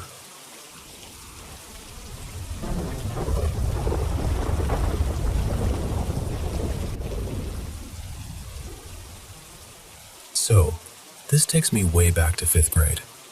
My elementary school had this program for kids who qualified for free lunch. Basically the school's way of making sure money didn't stop anyone from having a real summer. We could pick from a handful of week-long camps, and the second I saw there was a horse camp option, I was done. I didn't even look at the others. I wish I could remember the exact name of the place. In my head it's somewhere up north, like northern Minnesota, maybe near the lake country. But it could have been Wisconsin. That whole area kind of blends together in my memory. What I do remember is the smell. Hay, pine trees, and that warm, dusty barn scent that gets into your clothes and never really leaves. When we got there, they paired each of us with a horse for the week. Not just riding, like you were responsible for grooming, feeding, cleaning tack, all of it. I was obsessed. I felt like I'd been given my own little world. A few days in, maybe day 3, this girl I'd started hanging out with, her name was Marisol, had the worst day ever. Her horse got something stuck in its hoof, and the staff said they'd have to switch her to a different horse while hers was being treated. And I know that probably sounds small to an adult, but if you've ever been a kid and gotten attached to an animal like that, it was huge. She cried all day, like real throat-hurting sobs. She kept saying she didn't want a replacement. She wanted her horse, and she was terrified something bad would happen to it. I tried so hard to comfort her. I sat with her during breaks, told her her horse was going to be okay, tried to make her laugh. But nothing was really getting through. By nighttime, she was just exhausted from crying, and she went to bed early. The cabin we stayed in was basically one big room full of bunk beds, like a whole row of them, maybe a dozen sets, all packed in. Most of them were taken. I slept on a top bunk near the middle, and Marisol was across from me on the bottom bunk. Lights out was at 10. The counselors did that quiet sweep, the room settled, and eventually you could hear the normal sounds. Sniffling, whispers fading, somebody's bed creaking, then that heavy quiet when everyone starts drifting off. But I've always been a bad Ceci P, even as a kid. So I'm lying there, staring at the ceiling, shifting around in my sleeping bag, and I just happened to look down toward Marisol's bunk. And that's when I saw him. There was a figure standing right beside her bed, on her left side. Not like a person you could make out. No clothes details, no skin, nothing. It was solid black, like someone had cut the shape out of darkness. But the outline was clear. The thing I remember most is the hat. A wide, cowboyish brim. And where the face should have been, there were these two small pale dots, like eyes, but not glowing. Just there. The rest of it went straight down, like it had a long coat or something that draped all the way to the floor. It was leaning slightly, almost like it was bending toward her, watching her. My whole body went cold. I swear my stomach dropped so hard it felt like I might actually be sick. I didn't scream. I couldn't. I just yanked my sleeping bag up over my head even though it was hot in that cabin, and I held it tight around my face like that thin layer of fabric could somehow protect me. I was terrified that if I looked again, it would notice me. Like the second I acknowledged it, it could turn and do something. So I just stayed there, curled up, silently crying. And I did the only thing my kid brain could think to do. I whispered little songs to myself, like old nursery rhymes, anything familiar, over and over, until I eventually passed out under that sleeping bag like it was a shield. But here's the thing. Years later, when I got older and started hearing about this phenomenon people call the Hat Man, I felt my blood run cold all over again.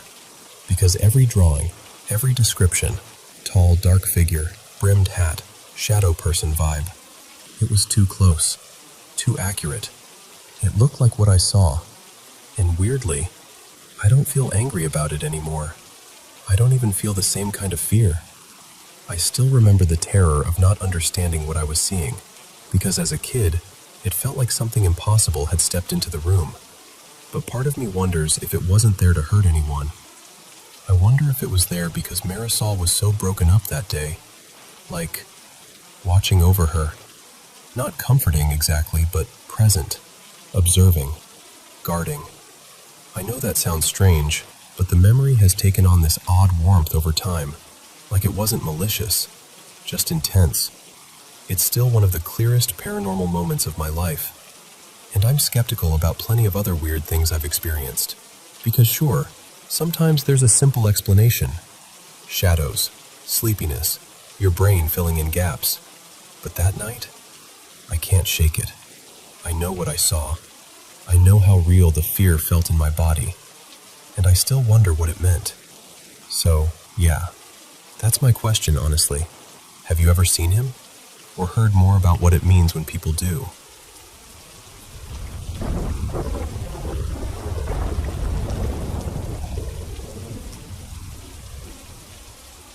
So, my parents split up when I was about 8. Mom got custody, so it was mostly just me and her for most of my childhood. A few years later, when I was in elementary school, my mom remarried, and my stepdad's job moved us out to the outskirts of Houston, Texas. We landed in this clean, newer neighborhood. Fresh paint, new sidewalks, that whole still smells like lumber vibe. And I should say up front, I've always been the kind of person who believes there's something out there. Spirits, energy, whatever you want to call it. My mom likes to say our family has sensitive women in it, like a long line of people who just know things. I don't know if I buy all of it, but I also don't not buy it, you know? Here's the thing though, that house never felt scary at first, not even a little. If I got spooked, it was regular kid stuff. Dark hallway, too much imagination, scary movie trailer at the wrong time. The house itself felt normal, safe. Then years went by.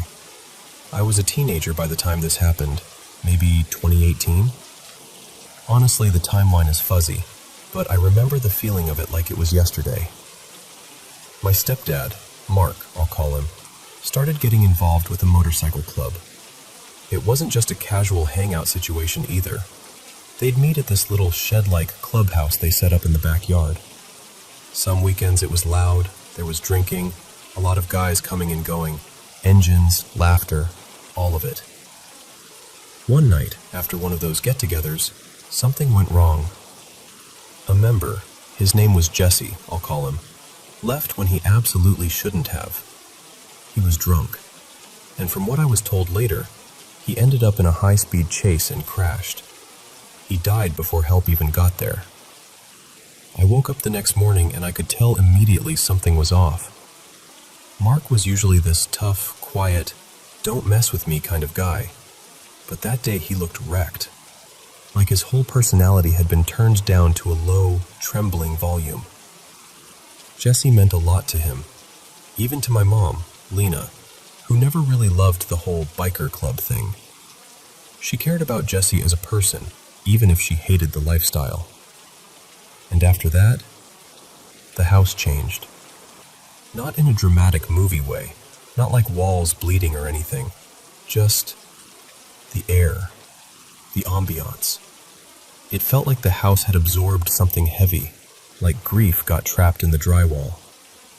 It was disorienting, because I'd lived there for years, and suddenly, it didn't feel like my house anymore. Little things started happening first. Stuff not where it should be. Strange noises, soft thumps, a shuffle, like someone shifting their weight in a room that was empty. Things you can brush off, until you have enough of them that you stop brushing. The first thing that really got me,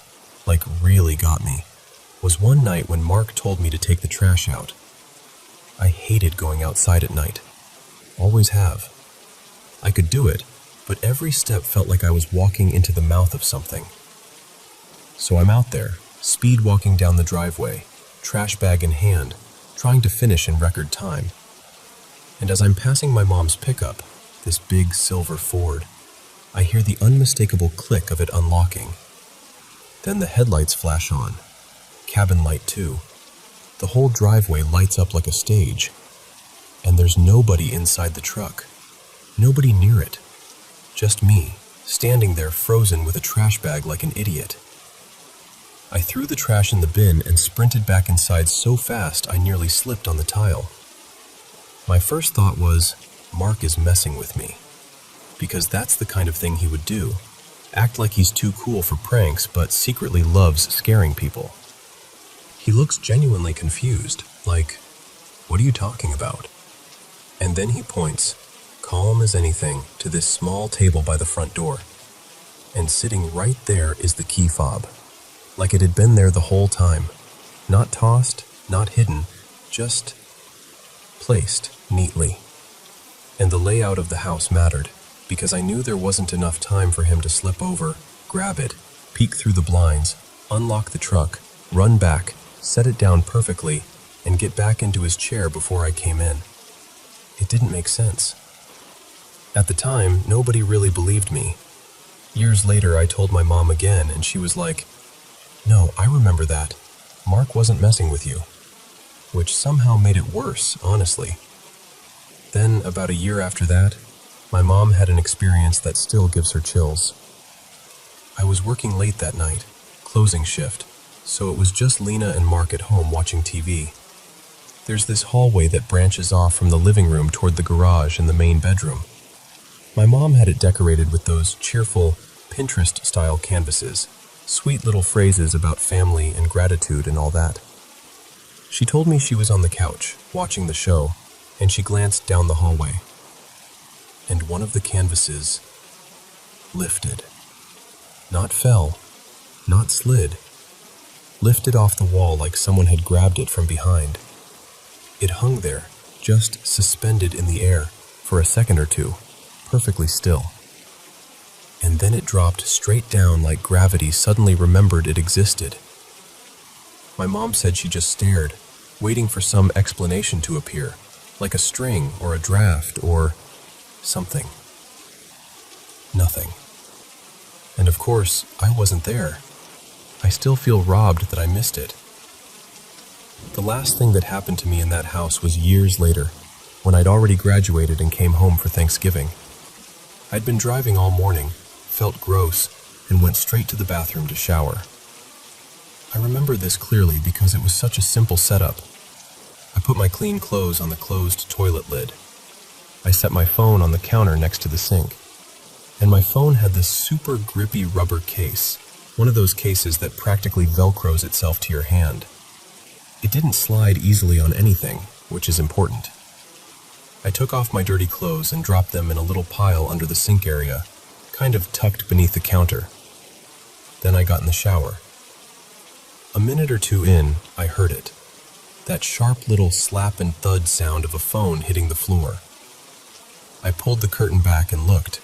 My phone wasn't on the counter anymore. At first, I tried to be rational. I was like, okay, maybe I set it too close to the edge. But I knew I didn't. I'm weird about my phone. I don't balance it on edges. So I finish up, dry off, get dressed, and start looking. I check the floor, under the counter, around the toilet. Nothing. And then I look at the pile of dirty clothes under the sink. And my phone is under them. Like, under them. Not next to them. Not touching the side. Fully underneath, buried under several pieces of clothing. And I just stood there for a second, staring, because there was no version of physics where my grippy cased phone falls off a counter, bounces just right, and then somehow wriggles itself under a whole pile like it's trying to hide. My mom and I tried to recreate it later, because of course we did, and we couldn't. Not even close. Eventually, my mom sold that house. I've had a couple small weird moments in the years since, but nothing like what happened there. But I do know it felt like someone was around. And honestly, if something of him is still there, I hope it's quiet now. I hope it's peaceful. And I hope the people living there today, if they ever notice anything, feel more curious than afraid. Because whatever it was, it never felt evil. Just present.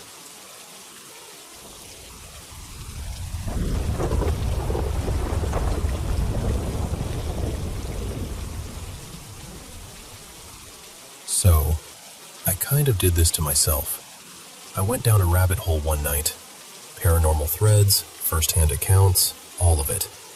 And I got this itch like, fine, I should probably add mine too. And even saying that out loud makes me feel ridiculous, because I'm one of those people whose brain immediately tries to rescue me with logic. Like, okay, cool story, but where's the evidence? My background's in philosophy, so the skeptical, empirical voice in my head is always hovering, ready to slap a natural explanation sticker on everything. But at the same time, I don't know, some stuff sticks to you, and maybe putting it out there helps. Maybe somebody hears it and goes, oh, yeah, I know what that is. Or maybe it just helps to say it plainly, instead of carrying it around like some embarrassing secret. Alright, I've moved a bunch, so I'll go in order, by place, by time. And I'm starting with the one that shaped all the others. The Fixer-Upper House, late 90s to mid-2000s. We moved into this house when I was basically a newborn. My dad was a physician, and we landed in this small Midwest town that had this old French settler history. One of those places where the streets feel quieter than they should. The house was too much house. Dead center of town, and it was the biggest place on the block by a mile. Not ancient by European standards, but for where we were, it was old. Like generations and weird remodels layered on top of each other old. Later I found out it was well over a century. My mom nicknamed it the fixer-upper because we were constantly repairing something. Roof stuff, pipes, a door that never sat right. Always a project. But even as a kid, I had this feeling she was covering. Like that name was a joke you could laugh at instead of saying, "This place scares me." Here's the strange part. I can't point to a first incident. We moved in when I was too young to remember a before. So my earliest awareness of life already included this constant background sensation of being watched. And I learned this little survival habit that still makes me cringe to admit. If I had to go down a hallway alone, I wouldn't look up. I'd do this tunnel vision thing, eyes on the carpet, on the baseboards, so I wouldn't accidentally catch a reflection in a mirror or see something in a doorway. I'd grab whatever I needed and run back like my feet were on fire. One of my clearest early memories is so mundane, which almost makes it worse. My parents were downstairs, I was playing, and I realized I'd left a favorite toy upstairs.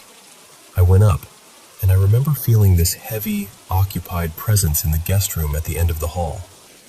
Not a sound, not a movement, just the certainty that something was in there. And I remember coaching myself like a tiny, nervous adult. Don't look down there. If you look, you'll see something. If you see something, you can't unsee it. So I didn't look. I kept my eyes down, grabbed my toy, came right back down, pretending I was fine. That became my whole strategy for years. Denial with legs. Total psychological avoidance. If something impossible had stood in front of me and waved, I genuinely think I would have gone, "Nope, brain glitch," and I would have forced myself to forget it. My bedroom didn't help. It used to be the servants' quarters, tucked away like an afterthought. Outside my door was this little landing area with an old laundry chute and these narrow back stairs that went down toward the kitchen. That landing became the dumping zone for toy bins, plastic tubs full of whatever I was into at the time. At night, after I turned the lights off, those toys would go off. Not like a toy glitches once and makes a sad little noise. I mean multiple sounds, in sequence, like someone was standing out there pushing buttons with intention. The dinosaur roars would start up, sometimes one, sometimes both, like they were fighting. Then a book would chirp, then something else would light up. Every time I worked up the courage to go look, it would stop. Like as soon as I stepped into that landing, everything went dead quiet. I'd dig through the bins thinking maybe something was wedged in pressing a button. Nothing was. We tried moving them around, separating them, leaving them on top of the bin with nothing touching them. Same thing. Eventually the dinosaurs just lived on top of the bin permanently because it was easier than pulling them out every night. And they still did it, night after night. My mom tried to laugh it off. She'd say stuff like, "Those dumb dinosaurs again," like it was a quirky household annoyance. But I could tell, just in the way she'd pause before she spoke, that it got under her skin too. And I was so scared that I started sneaking out of my room almost every night. I'd creep into my parents' room and sleep on the floor next to their bed. I'd wedge myself facing the bed frame or the side of a chair, anything so I wouldn't have to stare into open space. They would catch me sometimes and get mad, like, "Go back to bed, you're fine," but I didn't care. The floor in their room felt safer than my bed ever did, because in my kid logic, I had this belief that if I ever really looked, if I ever met whatever was there head on, then something would finally happen and my denial would break. And once denial broke, I didn't know how you kept living in that house. Okay, fast forward a few years. I'm maybe 8-ish. My older sister threw a Halloween party. She had a whole pack of friends over, and I had 2 buddies, Caleb and Noah. We all decided to play hide and seek in the dark, but we made a rule. First floor only. No upstairs, because the house was huge and nobody wanted to search that whole maze. A couple rounds go by, and my friend Caleb gets tagged, so he's it. He goes off to count, and we scatter, giggling, whispering, hiding behind furniture like we're geniuses. We wait, and eventually we hear footsteps upstairs, and we're like, what? That's not even allowed. So we come out, everybody confused, and we go looking for him, and we find him upstairs anyway, in my room. He's standing there absolutely frozen, like full body stiff, face pale, eyes wet. He looked like he'd just watching someone get hurt. He goes, "Why were you calling me?" And we're all like, "We weren't." He swore someone had been calling his name, not yelling, not joking around, just a voice, close enough to follow, saying, "Caleb, come here, Caleb." So he followed it, all the way up, into the one room that already felt wrong. No one was there. Later, another moment that sticks like a thorn, my sister and I were home alone and walked to this little ice cream place nearby. We were coming back, standing in the front yard eating and talking, just lingering because it was a nice night. Then we saw it. In my sister's upstairs bedroom window, this clear silhouette of a man stepped into view and looked down at us, like he was checking who was outside. Not a vague shadow, an actual human shape. We both saw it at the same time. We ran inside, heart pounding, calling out, checked the rooms. Nothing. No one. No explanation that fit. Marco's place, late 2000s. This one's shorter, but it hit me hard. I had a friend, Marco, who lived in the suburbs. Newer neighborhood, the kind of place that feels aggressively normal. And he was always saying his house was haunted. Specifically, he'd talk about this hooded shadow figure he'd been seeing since he was little. And I hate admitting this, but we were jerks about it. Me and my friends turned it into a running joke. Like, "Oh yeah, your suburban ghost probably pays HOA dues." Or, "Dude, I think I saw your ghost grilling in cargo shorts." Stuff like that. We didn't believe him, and it became this dumb comedy bit. One day I'm at his house, and he's clearly fed up. He's like, "Fine, you want to mess around? Let's mess around." So we sit in his room and do that classic thing. If something's here, 1 knock for yes, 2 for no. Nothing happens. So of course, I start joking again, and I'm mid-sentence, mid-laugh, and this violent slam hits the top of his game console like someone just brought their fist down on it from above. Right next to us. Not across the room, not a creak, not settling. A sharp, heavy boom. We both snapped into terror so fast it was embarrassing, like cartoon-level fear. We looked around for what could have fallen. There was nothing. No shelf above it. Nothing that could explain that sound in that spot, that hard. We didn't keep joking after that. I'm not saying I know what it was. I'm saying that was the moment I stopped treating his stories like entertainment. A church story I still can't file away. 2010s. This last one isn't mine, but it's the one that messes with me the most. A church I grew up around had this maintenance guy, Earl. Older guy, kind, practical, the type you'd trust with your house keys without thinking twice. Veteran, straight shooter, not dramatic, not someone who tells stories. His dad had done the same job before him at the same church, so their family had been tied to that place forever. One day, the topic of weird stuff came up, and I kind of nudged, gently, like, "Have you ever experienced anyone strange there?"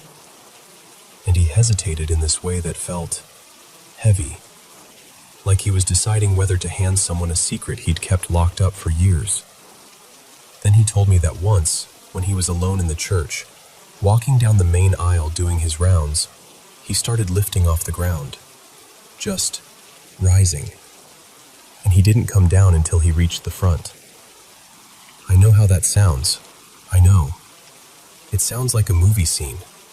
It sounds like something you'd make up if you wanted attention. But he didn't tell it like that. He told it like a man admitting something that still embarrassed him, like he'd carried it too long and needed to say it out loud at least once before he died. And what do you do with a story like that? I don't have an answer. I don't even have a neat interpretation. I just have this growing pile of moments that don't fit cleanly into childhood imagination or coincidence anymore. And maybe that's the point. Maybe some things don't fit. But I swear to you, every single one of these moments left me with the same feeling. Like there are certain rooms you learn not to look into. And once you learn that habit, it's hard to stop.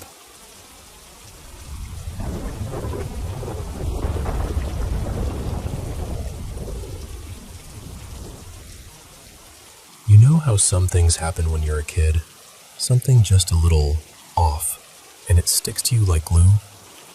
This is one of those things for me.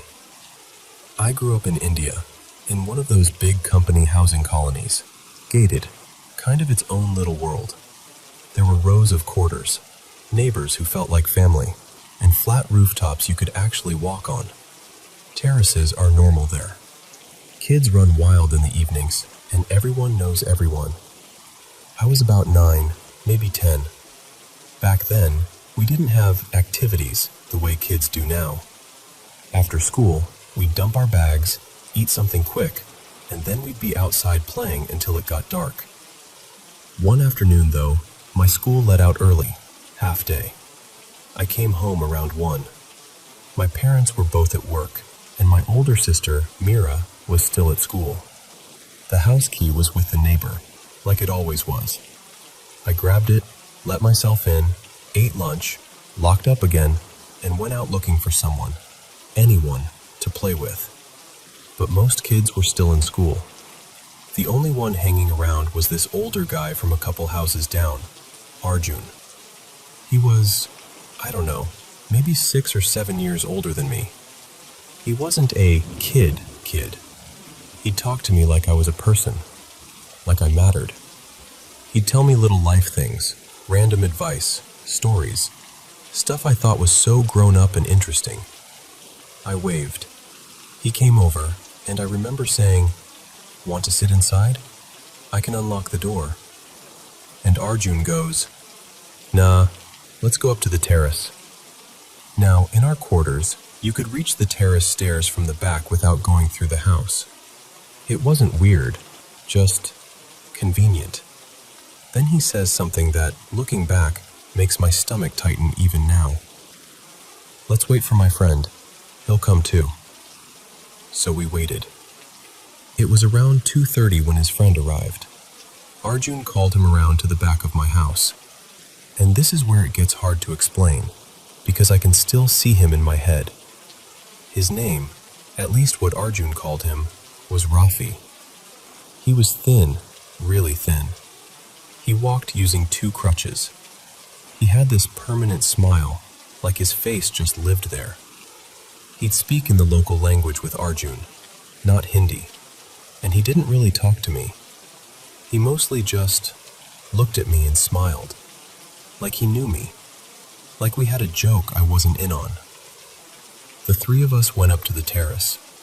We barely lasted, because it was roasting hot, that dead afternoon heat where even the air feels heavy. After a few minutes, Arjun said we should go down. So we hurried down first, me and Arjun, because we didn't have crutches slowing us. But Rafi, he came down slowly, and I still remember the sound. Tick, tick, tick. Crutch tips on the steps, steady, patient, like a clock. Our staircase had a landing halfway up where it turned back on itself, so you couldn't see someone until they rounded that bend. Me and Arjun were waiting at the bottom, listening. Tick, tick, tick.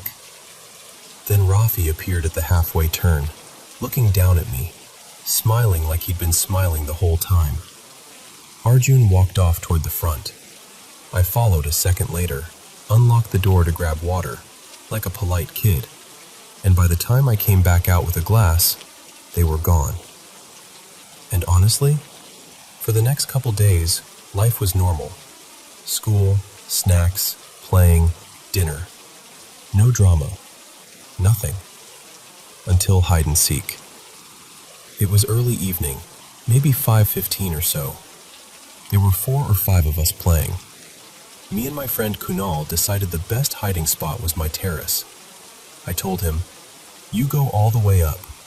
I'll stay near the stairs so if someone gets caught, the other can run." So Kunal went up. A while later, the seeker gave up and shouted out, "Okay, everyone out." I heard Kunal coming down fast. Thump, thump, thump. His feet hammering the steps. And then I heard it. Tick. Tick. Tick. I froze, because it wasn't Kunal's footsteps. It was that same, slow, careful rhythm. And my brain tried to save me, you know? It tried to be logical. I told myself, it's wind. It's something loose. It's in my head. But then, just like before, someone rounded the halfway landing. And it was Rafi. Same crutches, same smile, same direct stare at me like he was looking through me. And I swear to you, my whole body went cold, like my skin forgot how to be warm. I just ran. I ran into the house, grabbed my mom like I was drowning, and I was crying so hard I could barely breathe. I kept saying, "Someone is on the stairs. Someone is on the stairs." My dad came rushing. "What? Where?" He took me back toward the rear stairs, probably within a minute, maybe 2. I was shaking, pointing upward, saying, "He's there. He's up there." My dad went all the way up, checked the terrace, checked corners, looked over the edge. Nothing. No one. And there was no way someone on crutches could have vanished in that time without us seeing them. My dad told me I probably imagined it. That sometimes when you're scared, your mind fills in details. I wanted to believe him. I really did. Later, I asked Arjun casually, trying to act normal. "Hey, how's your friend? The one you brought over the other day?" Arjun smiled and said, "He's fine," and then immediately changed the topic. And that was it. After that, I stopped using those back stairs as much as I could. I'd avoid them without even thinking, like an instinct. About a month later, my dad was trimming this overgrown tree behind our quarter. My mom made lemonade and told me to bring it to him. I carried the glass out and sat near the bottom of the terrace stairs while he drank. I kept looking at that halfway landing, like my eyes couldn't stop checking it. The wind slammed the terrace door upstairs. Bang! And I jumped. But I told myself it was just wind. Dad had the door open. Then, tick, tick, tick. I remember whispering to myself, "No, no, no, that's not real." And after a few ticks, I saw the tips of the crutches first, just the bottom of them, like a preview. I didn't even grab the empty glass back. I just bolted inside and told my mom I wasn't feeling well. I went to my room and lay down, heart pounding like I'd sprinted miles. Then we moved. A couple years later, we relocated to a new state, new city, different neighborhood, different house, one we were building ourselves, actually. The ground floor was finished, and the top floor was still under construction. We had these side stairs leading up, and then another set to the terrace. I started going up to watch sunsets because the view was beautiful. For a while, everything felt clean, new, like maybe I'd left the fear behind. Then one evening, around 5 again, I was sitting midway on the stairs, just staring out at rooftops, thinking about nothing. And I heard it. Tick, tick, tick. Not loud at first, almost like my brain was remembering before my ears were hearing. But it got clearer. I didn't wait. I just ran down and locked myself inside, telling myself, "Okay, this is it.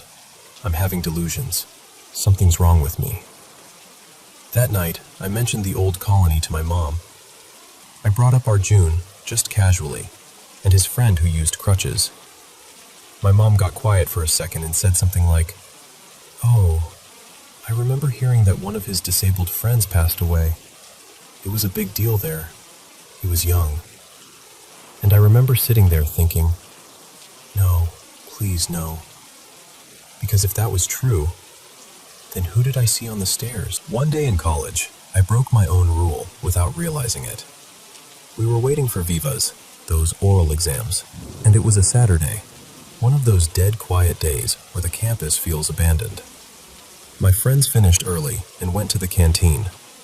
I stayed back to wait for our last friend, Samir. So there I was, alone, sitting on the main staircase, 4 floors, classrooms all around, barely any students left. I wasn't even thinking about it. I was just waiting. Then, tick, tick, tick. It started above me, and I swear my blood turned watery. Because in all of college, I'd never seen anyone using crutches there. Not once. I told myself, it's nothing, it's echo, it's pipes, it's your brain being stupid. But the sound got closer, clearer, like it was coming down toward that turn where I wouldn't see whoever it was until the last second. And I couldn't do it. I stood up and walked fast, almost ran, out of the stairwell and sat outside where a few students were hanging around on the grass. Somewhere open, somewhere with people. Samir came out later, we went to the canteen, and I never told them why I'd moved. And that's the part that messes with me the most.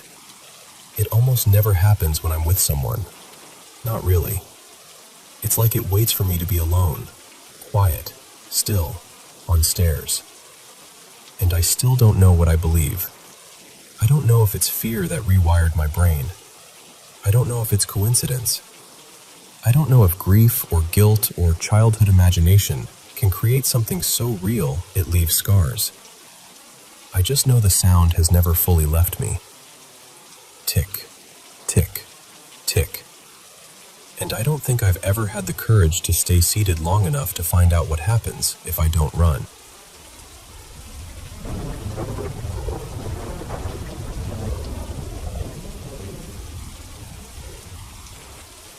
Okay, so I'm just going to tell you this the way it actually felt, because even now, years later, it still sits in my head like a puzzle piece that never quite clicks into place. Back in 2016, I moved into a college dorm at a small private university in Southern California.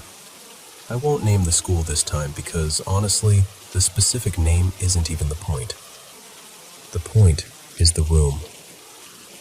From the moment I started living there was this weight.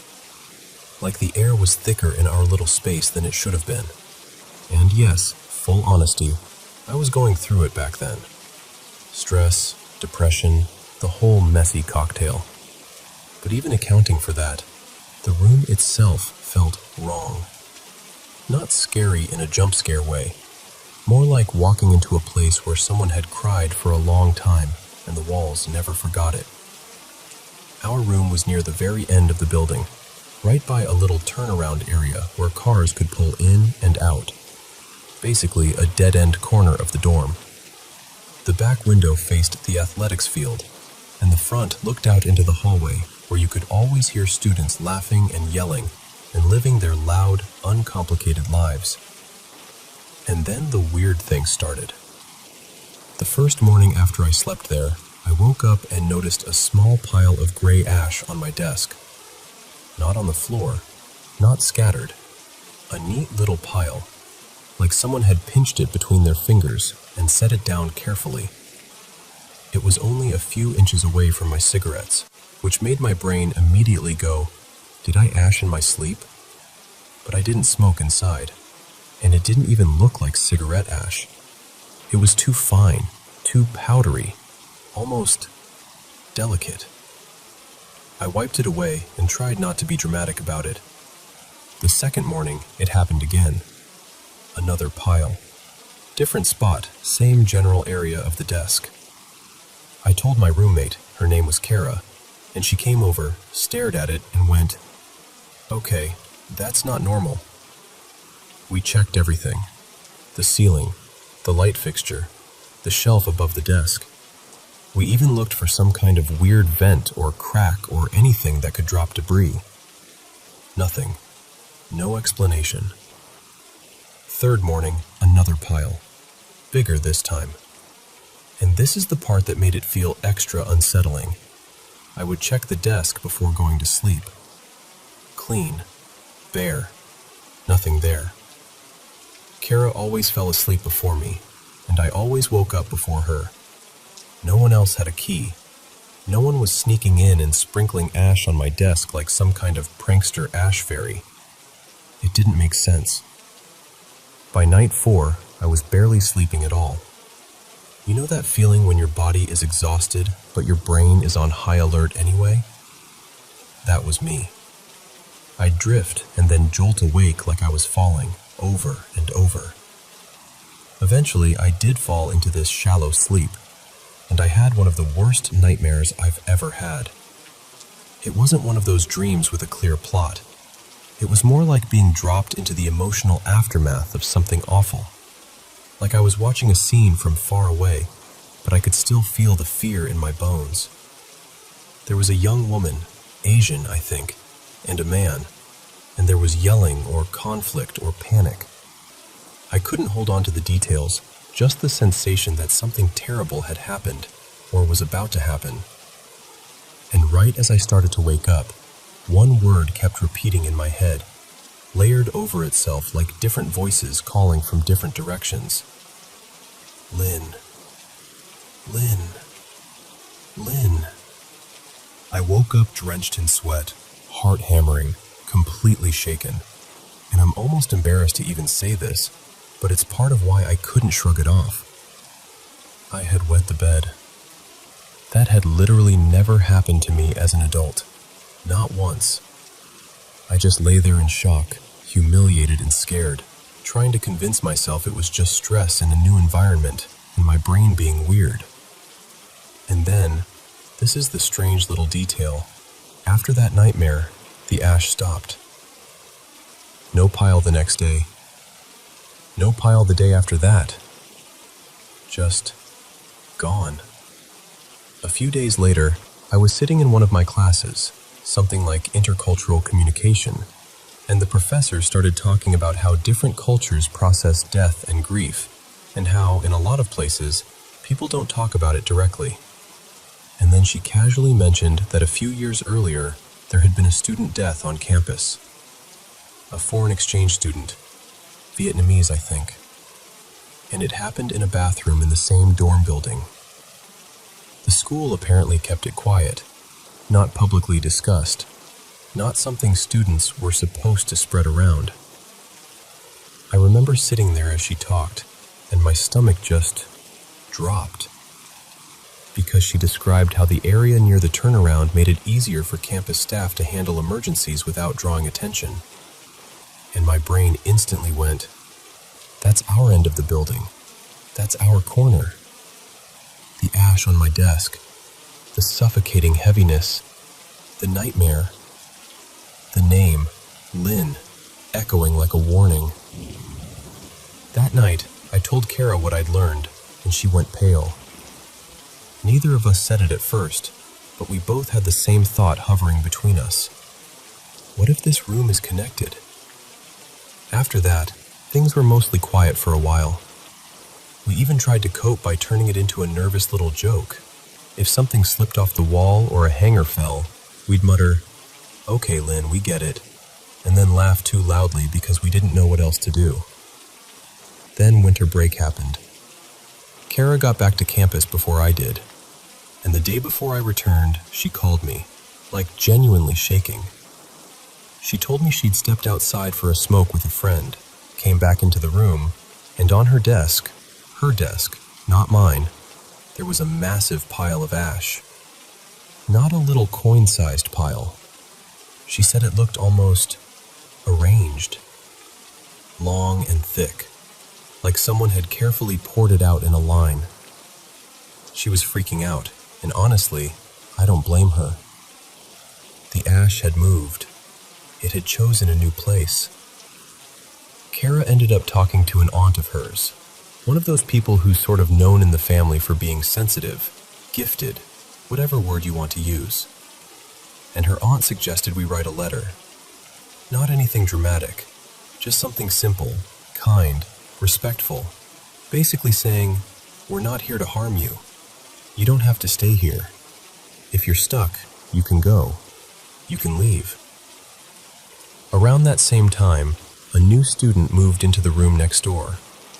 Her name was May, a shy exchange student from Taiwan, which felt like this weird coincidence stacked on top of everything else. Eventually her roommate moved out and she was alone, and I started hearing her through the wall late at night, talking, crying, sometimes sounding like she was arguing with someone who wasn't there. Kara and I looked at each other a lot during those nights. You know that look. The look that says, "Are you hearing this too?"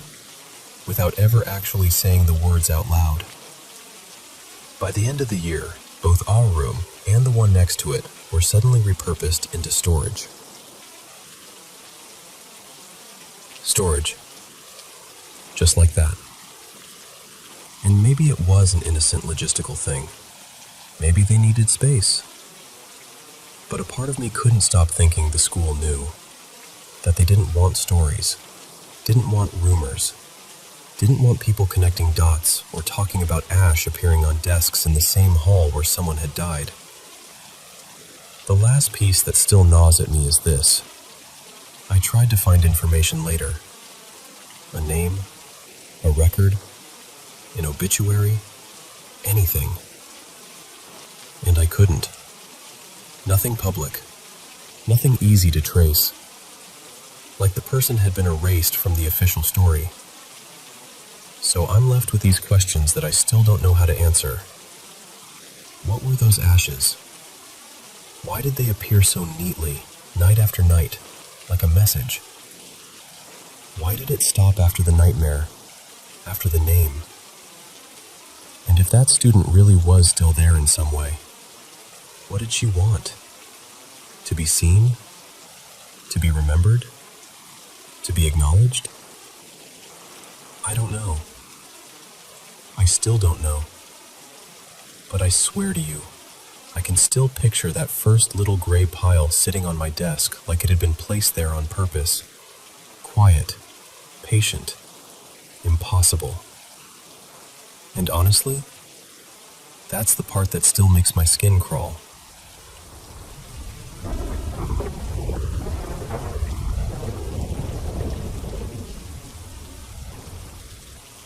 So, my partner Marisol and I moved into this slightly too charming old place a couple years back. The kind of house that looks sweet in the daytime. Big porch, worn banister, little stained glass window by the stairs. And then at night, you start noticing how loud, quiet can be. Floorboards that complain, doors that sigh, that whole vibe. And honestly, we hadn't even finished unpacking before it started.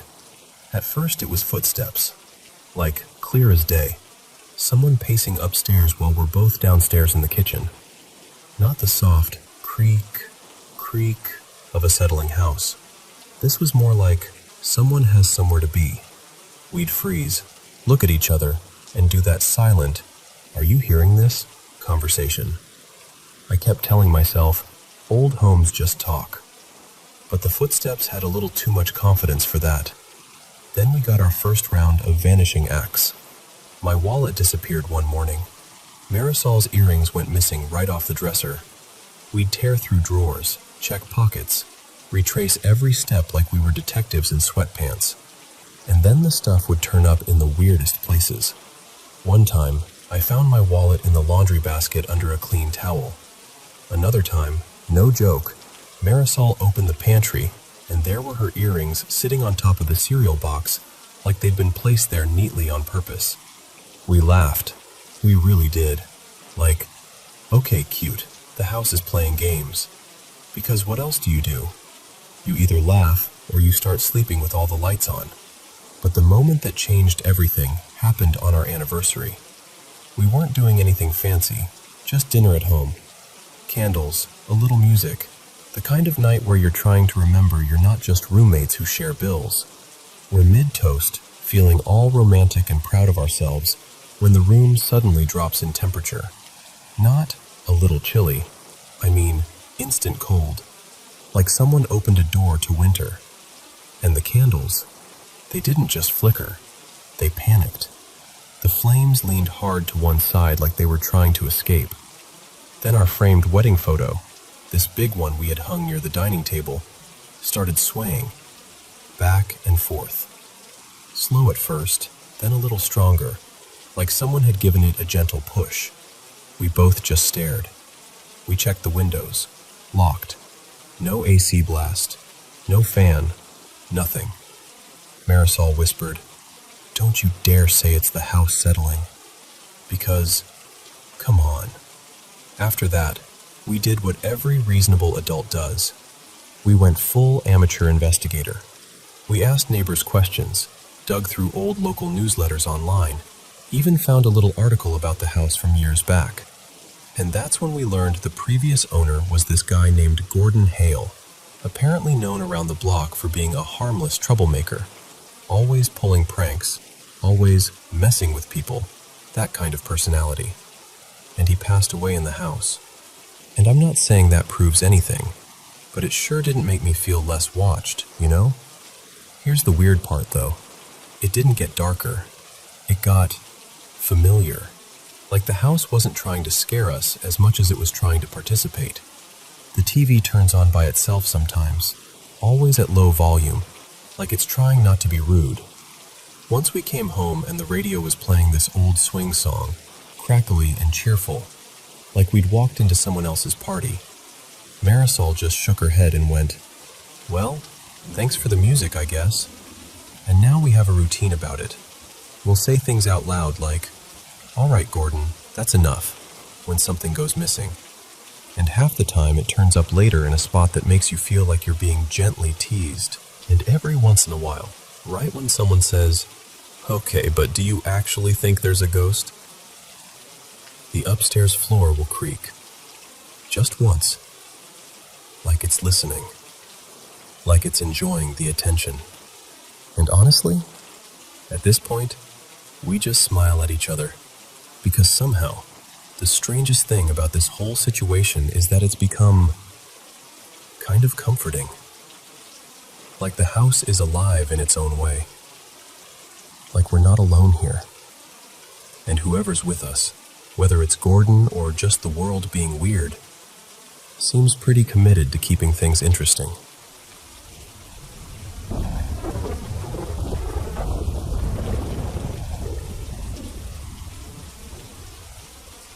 So picture this.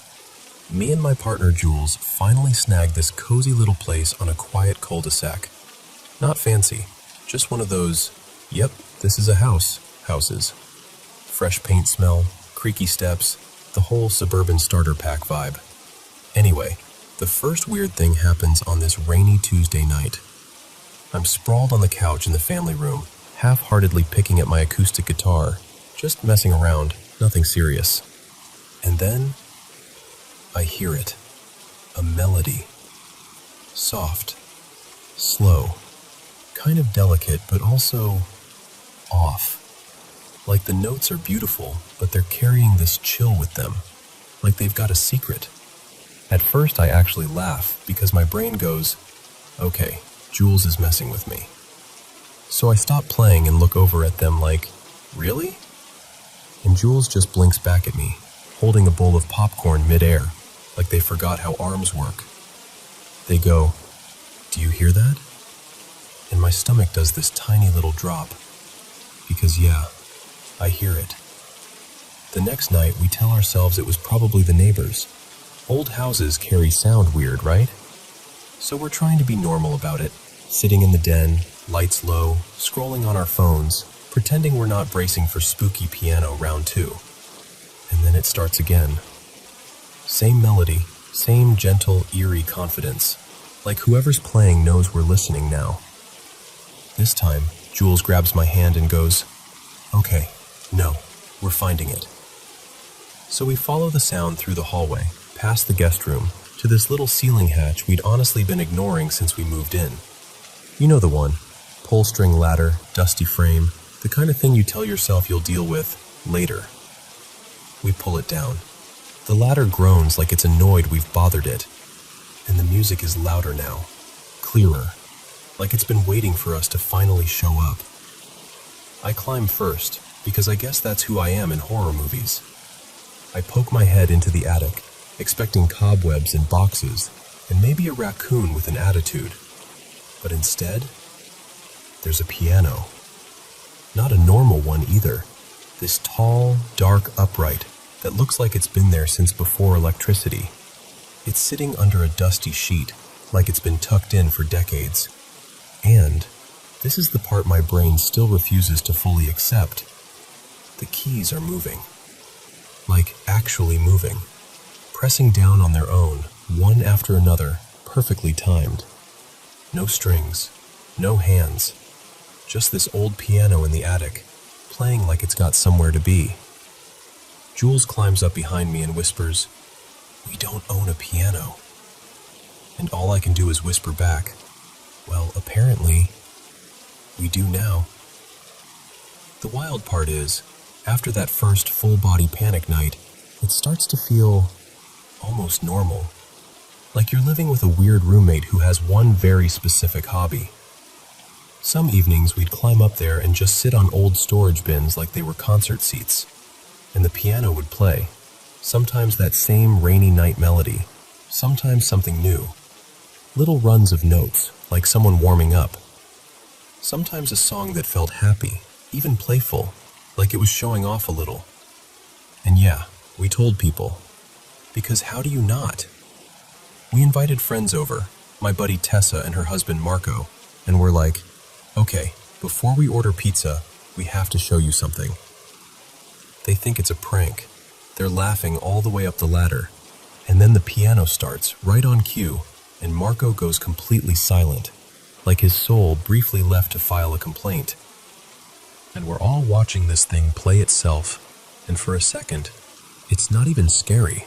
It's just unreal. Like the house is holding its own little secret talent show.